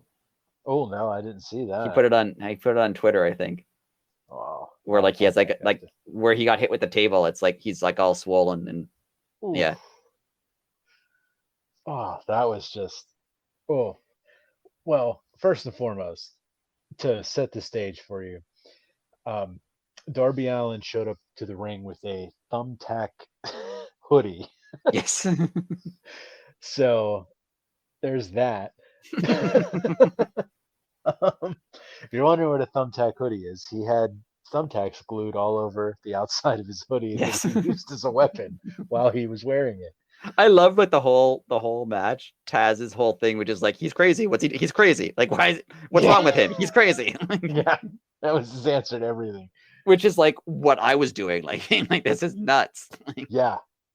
And if you think about it, for Taz to call someone crazy, he used to see Sabu wrestle on a nightly basis. So, but as you said, Joe's busted open by the table that Darby just like flung himself at it. He just ran full speed into it. How do you even do that? How do you, as a person, just be like, I'm gonna throw myself at this table, like without hesitation? Like, well, that's the thing. I don't think he thinks about it. He just does it, and deals with the consequences. Right. Well, let's talk about the Darby flip over the railing. That sounds like he tried it, and I just think gravity took over. Right. I don't think he tried this. That just looked terrible. Yeah. There's a bunch of stuff that happens to Darby that I'm like, I don't know if he meant to do that. Like, yeah, and his lower back. Let's all. Ouch. Yeah, let's have a moment of silence for that. He hit it right into the barrier. Yeah. Yeah. Well, that was just the first of many shots to the lower back. Yes. And these are the new AEW barriers that just seem like they're designed to hurt you. Yeah, it's like you might as well put like nails like sticking out of the top. Yeah. It's a giant. It's just like giant, a metal rectangle with like hard edges. Like, yeah. There's no like round edges. It's sharp. Like, it's just sharp. The coolest part of the match is Tony Schiavone, when he says, you're in the midst of a good match when every single person is standing. Right. And at that moment, I didn't even notice, but yes, the whole building was on its feet. Yeah. And Samoa Joe set up chairs with, like, if you could picture like the backs of the chairs touching each other, so like where you sit, they're facing the opposite ways, and then just slams Darby right onto that. And like it's like And like the chairs didn't move. Like they No. were like completely fine. Like they were solid. Like, Yeah, yeah. You could say anything you want about fake moves and this, that, and the right. other. That steel is real, Right. and it showed because it did not move, like you said. Yeah, you could have. Like usually when they do spots with chairs, like the chairs fall, right? So like, Yes, but yeah, they didn't, and not at all. Like, no. And then what did Joe do? He just moved them 180 degrees, and then the parts that you sit on, he choke right. slammed Darby through those.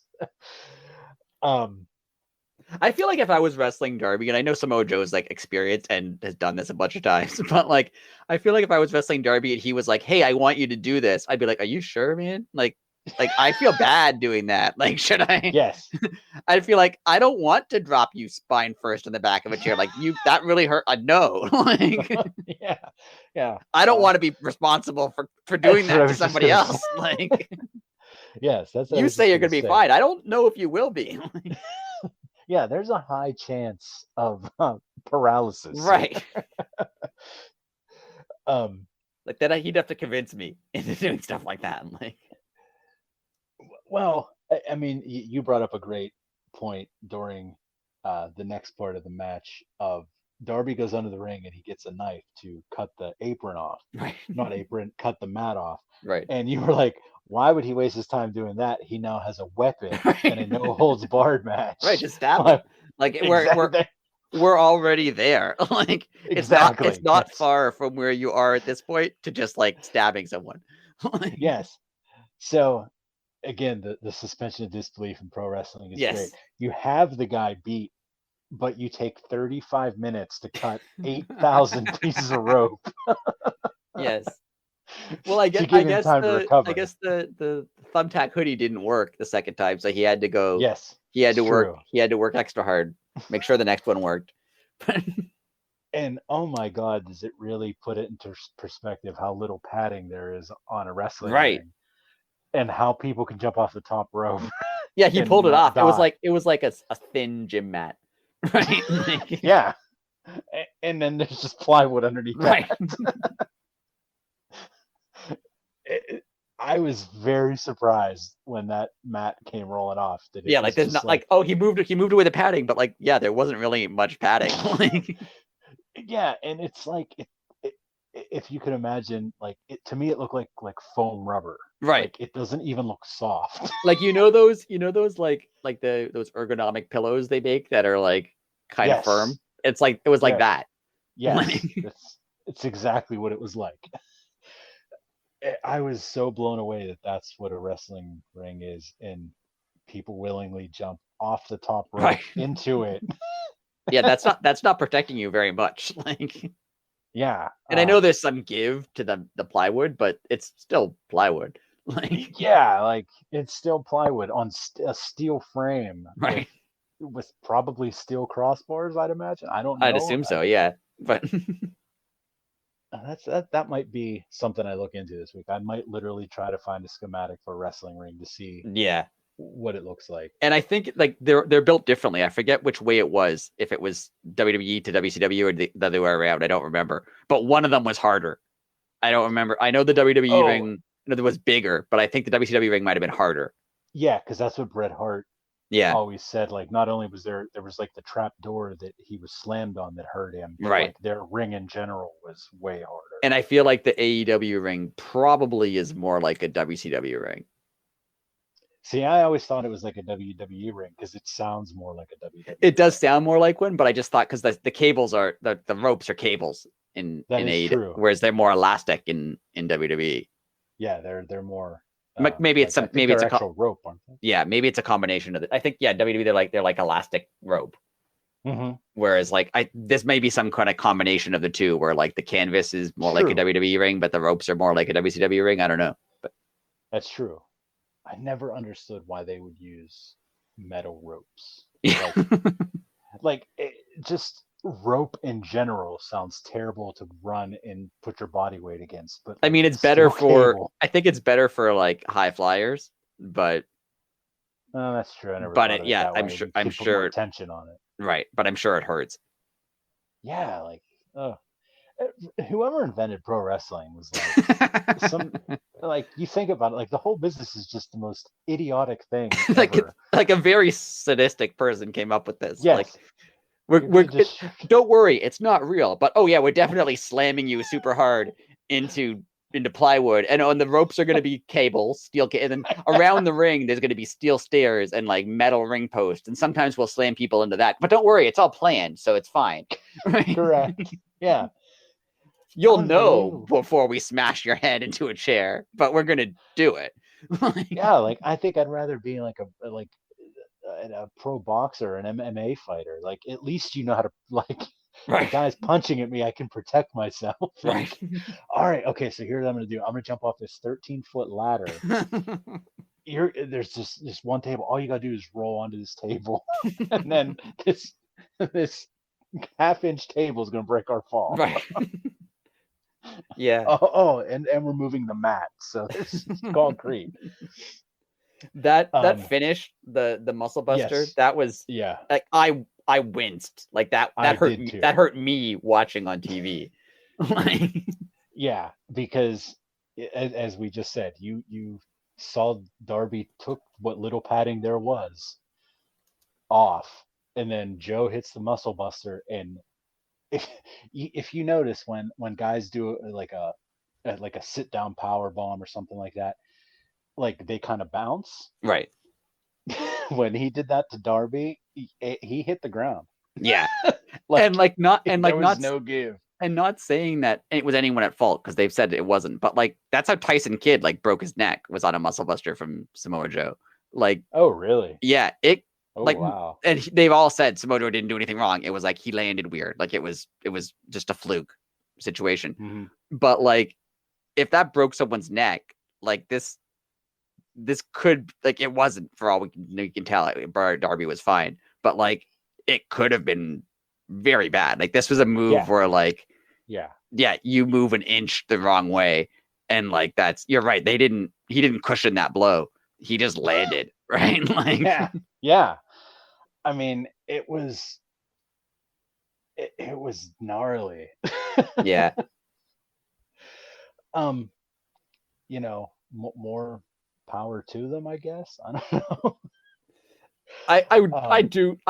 The match was great. I was entertained, obviously. Like we're talking, like we're entertained, but like I do worry for Darby. Like I worry for, like, you hear about like Mick Foley or Jeff Hardy now, like that they're like, I worry, like Darby's like what, not even 30. Like I worry for him like 10 years from now. Like what's he gonna be like? Right. Well, even just did you hear the news about Hogan this past week? Right. Yeah. Like he had to get nerves physically removed from his body, and now he can't feel his legs. Right, because like it was just, he was in so much pain that like it was easier to just do that. Yeah.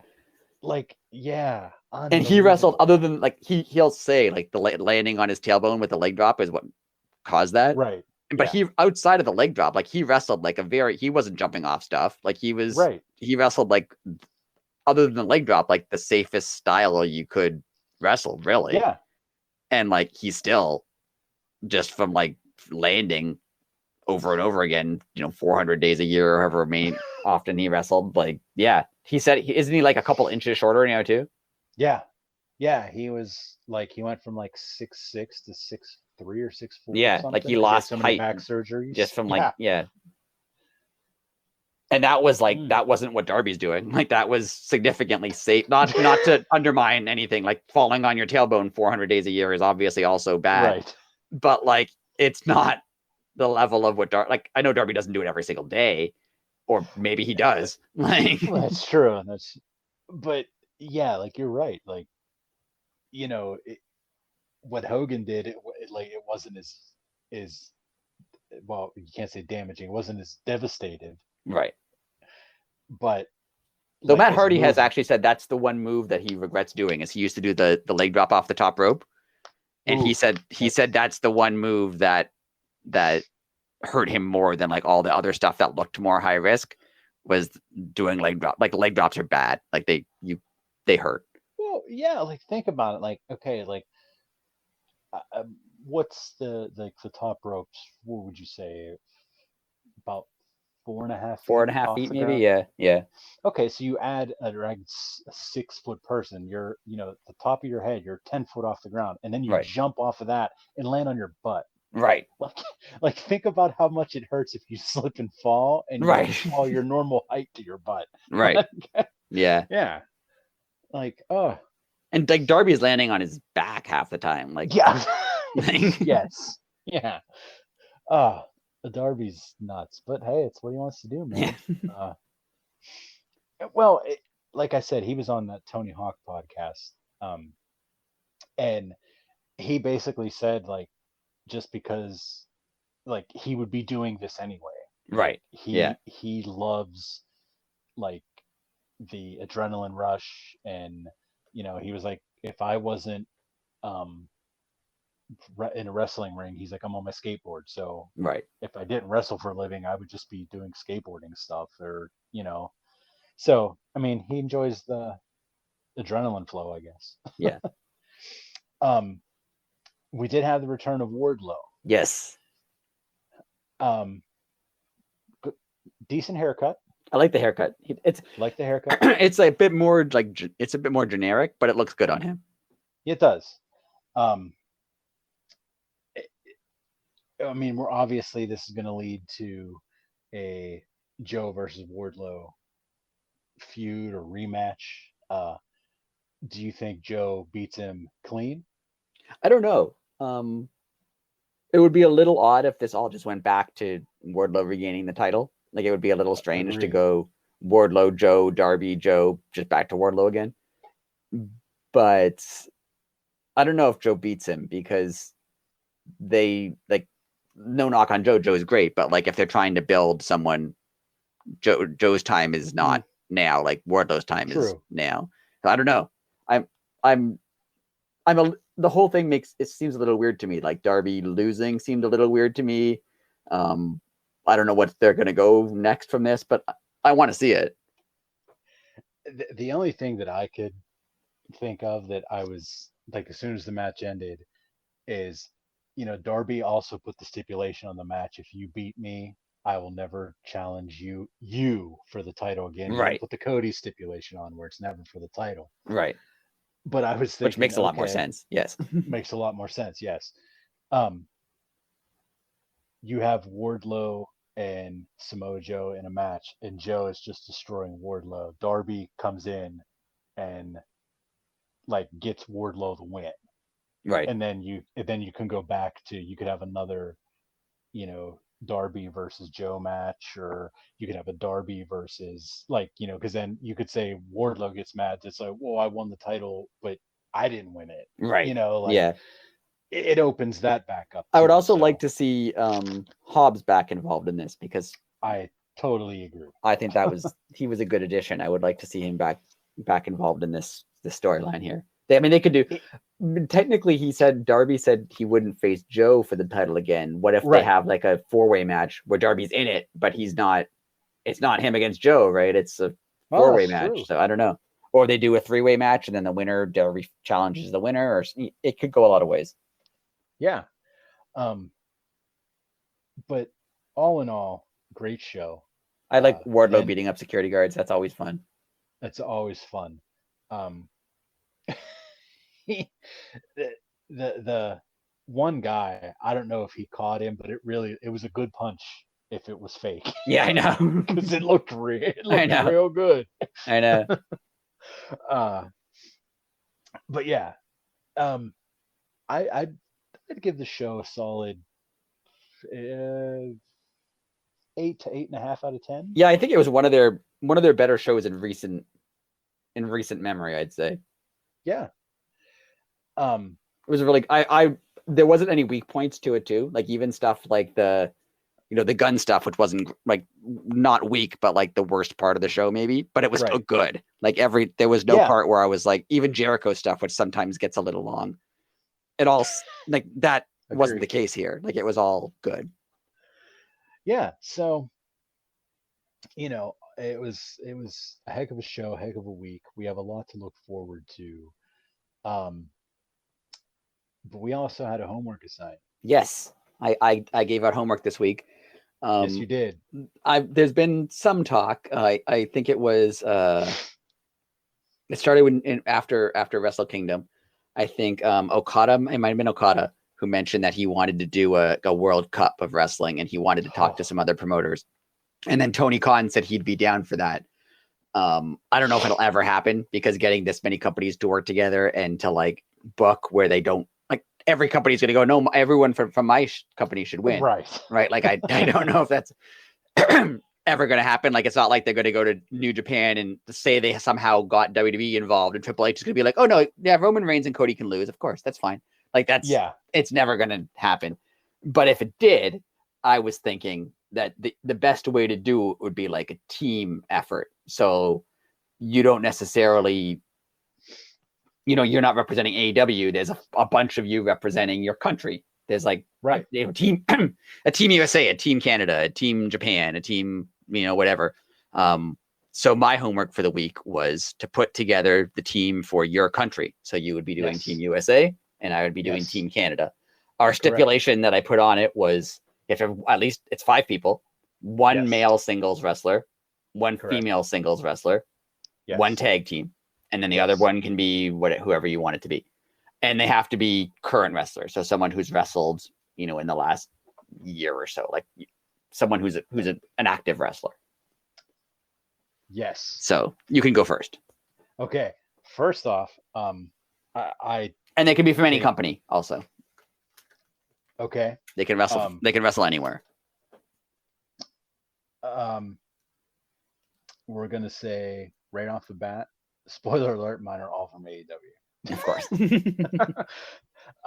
Well, I was gonna say, unlike the schooling that I went through my entire life, I never took homework seriously until we started doing these.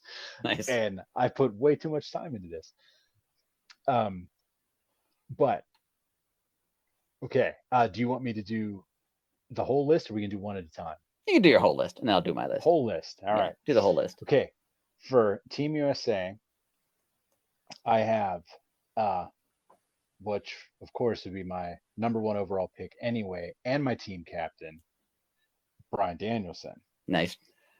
I threw a little bit of a wild card in there. I went a little bit for a name that, Danielson's a name, but like a name in pro wrestling, and a veteran with the natural Dustin Rhodes. All right. Okay. Works good with Team USA. He's very American. Very, very American. At tag team, again, I went all like actual straight wrestlers, so FTR. Right.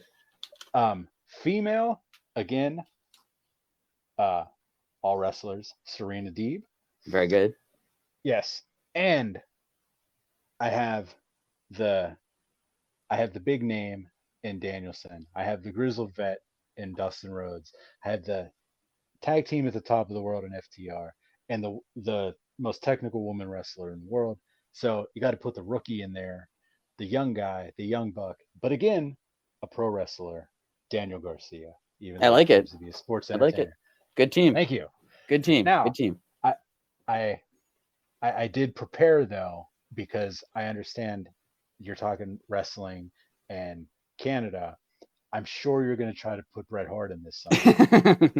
I found a loophole. Okay, well, good, because I have an answer to your loophole. All right. So go ahead, my friend. All right. So my team captain, my first pick, Kenny Omega. Of course. It was my immediate first thought. I didn't think I could really go anywhere else at this point. My tag team, this could be a controversial one, but I checked with you earlier in the week. Yes. And if they've been a tag team in the past, but may not be a tag team right now, but have been a tag team, my tag team, I'm not going all AEW. My tag team is Kevin Owens and Sami Zayn. Oh, it's a great tag team. Because that's acceptable. They may not currently be a tag team, but they were, and they may be again. Yeah. So I'm counting them. I considered 2.0 just because they're hilarious. Oh, great Canadian tag team. But I really wanted to get Kevin Owens and Sami Zayn on here, and this is a way to do that. Yeah, absolutely. Now my woman wrestler was a tough one because there's actually not that many current Canadian women's wrestlers, yeah, it's a little tough. I thought about the Bunny because she's Canadian. yeah. But what I ultimately went with, again, not all AEW, was Natalia from Almost WWE. have to. Almost have to. You have to because she's a veterin, and it gets Yes. Bret Hart in because That's what I was just gonna say. then now he can come with them. You have to put she's basically a Hart. If you're doing a Team Canada, Yes. you have to involve a Hart on the team somehow. 100%, 100,000%. So she's my choice. And then my last one, it was tough because I thought about Edge, I thought about Christian, I thought about Ethan Page. That was a possibility. I wanted to include him. And I know he wasn't born in Canada, but he was born a Canadian. So Chris Jericho is my last choice. Again, it's almost like you have to have those people on that list. I thought about cheating and putting Brock Lesnar in because now he claims to be Canadian, even though he's from Minnesota. Now I did not know that. Yeah, when he was in UFC, he wrestled out of Canada because he lives in Saskatchewan now. So he claims, like, there's photos of him with like the Canadian flag, like it's weird. But I thought about including him, but I have to include people who were like Canadian by birth. So that's what I went with. Very interesting. And I was hoping that they would have like a manager or a hype guy who would be RJ City. Oh, now see, that'd be sick. Now, my manager and hype guy, which I thought yours was going to be Bret Hart. It's also going to be Bret Hart. Obviously, he's going to be there for Natalia. Well, I went with Terry Funk. Okay. I already had, nice. already had it prepared because I was very like, nice. Oh man, I literally, it was bothering me. I was like, he has, because I was like, if he doesn't get Bret Hart, obviously he's gonna be on my list. I was like, if he doesn't get Hart on there, I'm getting him in. I'm getting Hitman in this. Yeah, no, he's gonna be there with Natalia. So okay, that works for me. Then yeah, he can sit right by Terry. They can talk about. There you go. Talk about the old times. First and foremost, if Okada somehow pulls this off, and like obviously, I'm just going right off the bat. Obviously, WWE is not going to have anything to do with the this. likelihood of them being involved is like minuscule. But if we have something like, if we have a blood and guts of America versus Japan at Forbidden Door, that'd be really cool. That'd be really cool. That would be unbelievable. Because you couldn't do it with every country, obviously, but like you could do it a pretty good Team Canada. You could do a pretty good Team USA. You could do do Japan. You could probably do like Great Britain as a whole. You could have a team. Oh, Mexico. Yeah, you could do Mexico as a team. Australia, you could probably get a team. That would probably work. Oh yeah. There's a few countries you could at least do. 6 or 7, 8 countries involved in that. That would be really cool if they somehow did that. That would be fun, and that would give Danielson more reason to wrestle more. And without doing like an NHL-ish, like Team Europe, except for Britain, like that doesn't count. Like, no, you have to have. They have to be countries. Yeah,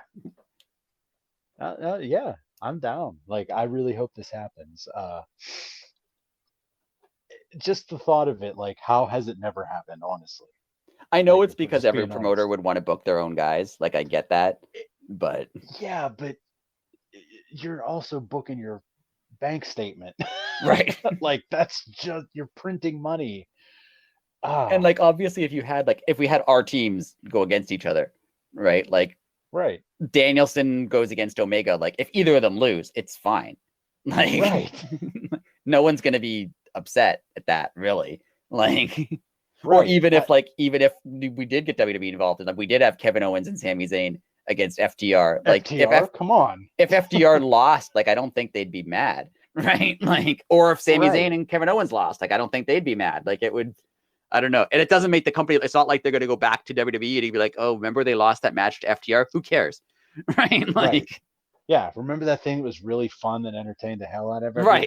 Right. Like, exactly. It's, wrestling is. It's the silliest thing that I love. Yeah. And it's so weird that, going back to what we were saying before, like, I made the joke about whoever invented wrestling was like mentally twisted. But like the little things, like everybody takes like 100-year-old tradition, right, like way too far. there's a whole weird old schoolness to it that's a little odd. And they definitely take it too far. They're like, well, that's not what they would have done in the 50s. I'm like, well, no, maybe not. Like, right. But, would those, people involved then, like, would they have embraced the internet if they had it? right. Absolutely. Yeah. They would have used like they were literally printing flyers on paper and handing them out. Right. Like you have to adjust with the times, and Right. we live in an age where, like, if it just say that was the pay-per-view, it's called the World Cup of Wrestling, Right. even though that's WCW. Wow. That was just I never thought of that. uh wow. So then C. McMahon would make money just off of freaking 3 letters. But just say you have that. It's a pay-per-view. It's like hundreds of, well, I don't know about hundreds of, yeah, I bet you hundreds of millions of dollars would be made. Right. Yeah, because like people who you're gonna, yeah, good. Yeah. Like, people in Japan who wouldn't probably order a North American pay-per-view, or people in North America who wouldn't order a Japanese pay-per-view normally. Yeah. Yeah, and then you're wherever it's at, like you're gonna, like, if it's at the Tokyo Dome, you get 100,000 people in there. That's gonna sell out in 4 seconds. Yeah, but they'd fight about everything. They'd fight about like whose logo would be named first. They'd fight about where it was going to be. Japan would want it in Japan. WWE would want it in Madison Square Garden. Like they'd fight about that. They'd fight about like, how we promote it, who gets to name it, who gets to be on the poster. Like they'd fight about everything. Yeah, well, that's the American way. You make it as difficult as possible for everybody else, and then when it doesn't happen, blame everybody else. Right. But it was a fun exercise. Very fun exercise, and I hope everybody is enjoying these segments as much as we are, because I don't want them to stop. Yeah, I like it's the level of nerdiness that I really enjoy. Yeah. And I mean, because hey, it's like fantasy booking, but like it's different. It's just a different take on fantasy booking. So who wins that? If they had say that y'all faced each other, who wins our World Cup? Say you go like the woman against the woman, the tag team against the tag team, the captain against the captain. So like Omega and Danielson. That would be I just want to see the match again. I just want to see that match. Yeah. Like just let that happen. Like, yeah. I don't care. I think the tag team. I think your tag team has to win. I think Canada has to win the tag team, just because Sammy and Kevin Owens are, first and foremost, they're proud Canadians, and they're so homegrown. Like, yes, they did go to WWE, and yes, they lost their names that they were known for, but they stayed as of all people that went from the indies to WWE. I would have never guessed that both of those guys would have became the superstars that they were. Right, like because they don't fit the WWE. Like, again, I'm not body shaming anybody. Kevin Owens is way better athlete than me, but he doesn't fit. Like, Brian Cage fits the body type, right? And they don't fit like the personality type. They're not like they're not. They do seem like indie wrestlers who made it big in WWE.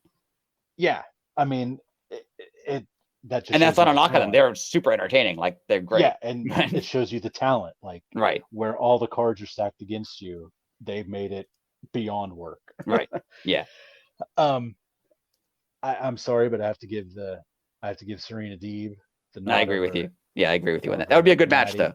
It would be a good match. Natty, like, I always hated Natty in WWE because they never gave her any, like, she's a great wrestler. She was there at the wrong, like, she's still there, but she's older now. Like, she's like not in the main. She was there at the wrong time, like, where she didn't actually get to wrestle. She got to do like really bad comedy skits and like have 5-minute matches. Like, she never got to wrestle. Yeah, that was such an awful time for that division. Yeah, like, when it wasn't even the women's division; it was the Divas division. Right. Good God. And now she's like, she could have wrestled now, but now she's like 40 years old. Like, she's not in her prime right now. Not like a knock on her. Obviously, she's still a great wrestler. Right. But no, Serena Deeb, I agree. Okay, then who did you have next? Jericho. Oh, okay. We'll go the Jericho two and vets, Dustin Rhodes then, yeah. Jericho and Dustin. Oh, I don't know. I don't know either. I'm gonna say Jericho just because he'd somehow book his way into winning. I think you would almost have to give it to Jericho just for the well. Depend. We're gonna put it. We're gonna wherever it depends on where the match would take place. Right. If the match took place only if the match took place in Texas, you Right. gotta give it to Dustin. Yes, I agree. If it takes place at any place in Canada, it has to go to Jericho. Right. Jericho is like in Canada, he is almost.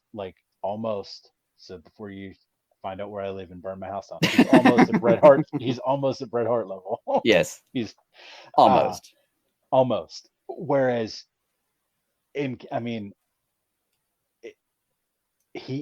Jericho, as good as a heel as he is, Jericho cannot be a heel, and like he's just not. And I feel like even if you went to Japan and had it in Japan, Jericho would be the favorite there too. Agreed. Yeah. Agreed. And then if we do the young guys, we could do Danny Garcia and Ethan Page. That's a tough one too. It's a tough one, but I'd have to give it to Page just because of the two, he's the vet. Right. Like, yeah, I'd go. That's the way I would do it. So Team Canada wins. There we go. Yeah, we could definitely give it to Team Canada. It was. I think the U.S. probably has a bigger pool, like obviously to pick from, but the Canadian wrestlers who made it are near the top. Oh yeah, I mean there's fewer of them, but the ones that are there are like Kenny Omega. Yeah, and I mean you have this is a question I don't know if I've ever asked. Did Natty go through the dungeon? Was she a Stu Hart trainee? I think so, though I'm not sure. Someone's gonna get mad at me on the internet, but I think so. Well, I mean, she has the lineage anyway, but like, you right. definitely needed a Hart, but somebody trained by a Hart. Right. I mean, yeah, Canada is your guys' wrestling lineage. I couldn't talk.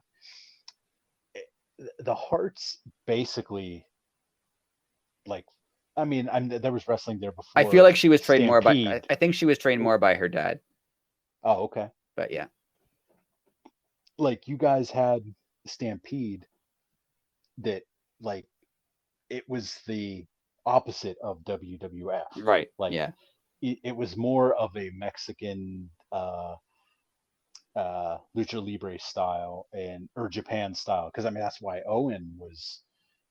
Owen learned all that. Right. You know? Owen definitely seemed like more of a Japanese or a Mexican wrestler than a North American wrestler for sure. You know what? Maybe, you know what we're gonna do? Oh, I don't know if we can do this for homework or not. Is there a way for you? I'm sure it exists on YouTube. If it doesn't exist, I'll change it. But just let's watch Owen versus Brett at, what was that, Mania 10? Yeah. If you can somehow get it, because it's the network's on my cable. I can. Yeah, I'm sure I can. That just popped in my head right now. Let's just watch that and critique that match, Brett versus Owen. Yeah, that's a great match. That's an incredible match. Yeah. Oh, I don't know if you've ever seen that the network has like a reshot version of it. No. There's a camera that was above the ring for the ladder match, for the Razor Shawn Michaels ladder match. Oh. That was just on the whole time. Wow. So they have like a re-edited version where like sometimes when they're like in like a sharpshooter or something, they cut to the overhead camera. It looks really cool. That's awesome. Yeah. Man, they should have utilized that more. I know. Unbelievable. Wow, think about that though. Like, was the ladder match after that or before it? After that. Okay. Brett and Owen opened the show. Oh wow, I didn't realize that. Yeah, because they did. That's when they had two challengers, right? Like Brett had to fight Owen first, and then he fought for the title at the end. Oh, that's right. That's So he right. had because Luger and Yokozuna had to go through a match. They made Brett go through a match, and that was against Owen. Dude, your memory is unbelievable. It's like, wow.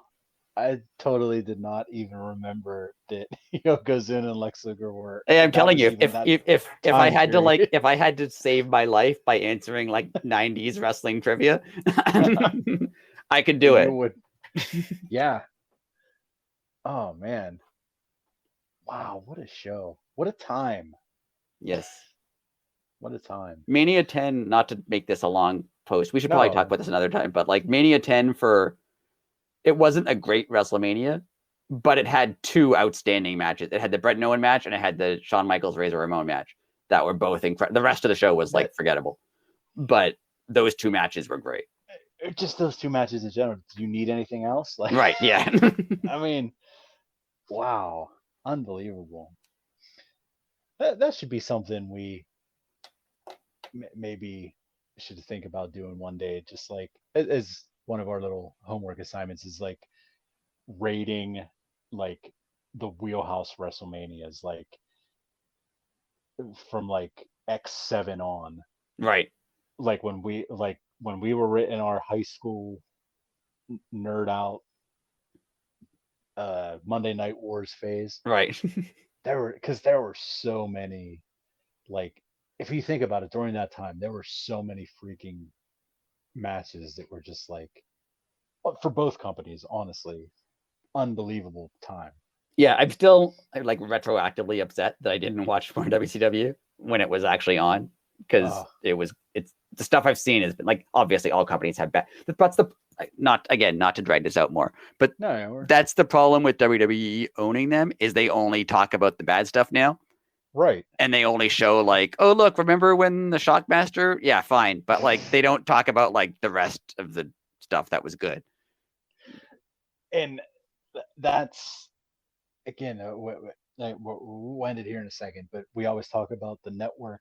With that, they can justify Right. like its existence because you won, you own it now. Like you're allowed to talk positively about Right. it. But they don't even do that. Like, Yeah. make an awesome documentary, or even like you said the one day, like put up a playlist of like uh top 10 Nitro matches, Right. and then make the counterpoint top 10 Raw matches, and then you could do that by year, like the For top some reason, 10. the only WCW they respect is Goldberg. For some reason, Vince likes Goldberg, but everybody else, Yeah, the one guy that everybody didn't like. right? The one guy Vince likes is Gold. Everyone else, he's like he just pushes aside. But like Goldberg, he'll give credit to. Like it's very strange. uh Anyway, Unbelievable. Anyways, do you have anything else to add this week, sir? no, I'm good. I was very happy with Dynamite. I'm looking forward to Rampage. Same here. Hopefully, I stay Yes. awake this time. I know. Getting old. It's on at 10 o'clock, but On a Friday. that's right. But yeah, I'm excited. Good stuff. I enjoyed this. Yeah, a lot of fun. Good week. We got a lot of wrestling coming up. We're into the first part of the year, so we're almost to pay-per-view season again. So yes, and the road to Revolution. Revolution itself is always a good show. So yes, so it's going to be a fun ride, and we'll be there with you along the way. So thank you, everybody, as always, for the listens, the likes, comments, anything. We thank you all. It means a lot. Reach out to us. We are everywhere at Elite City Pod. We are on all major podcast networks. We have a website, which, Rick? EliteCityPod.wordpress.com. .wordpress.com. There it is. I never know that because I don't write it down. On that note, we will see you next week. And this was the week that was. Later.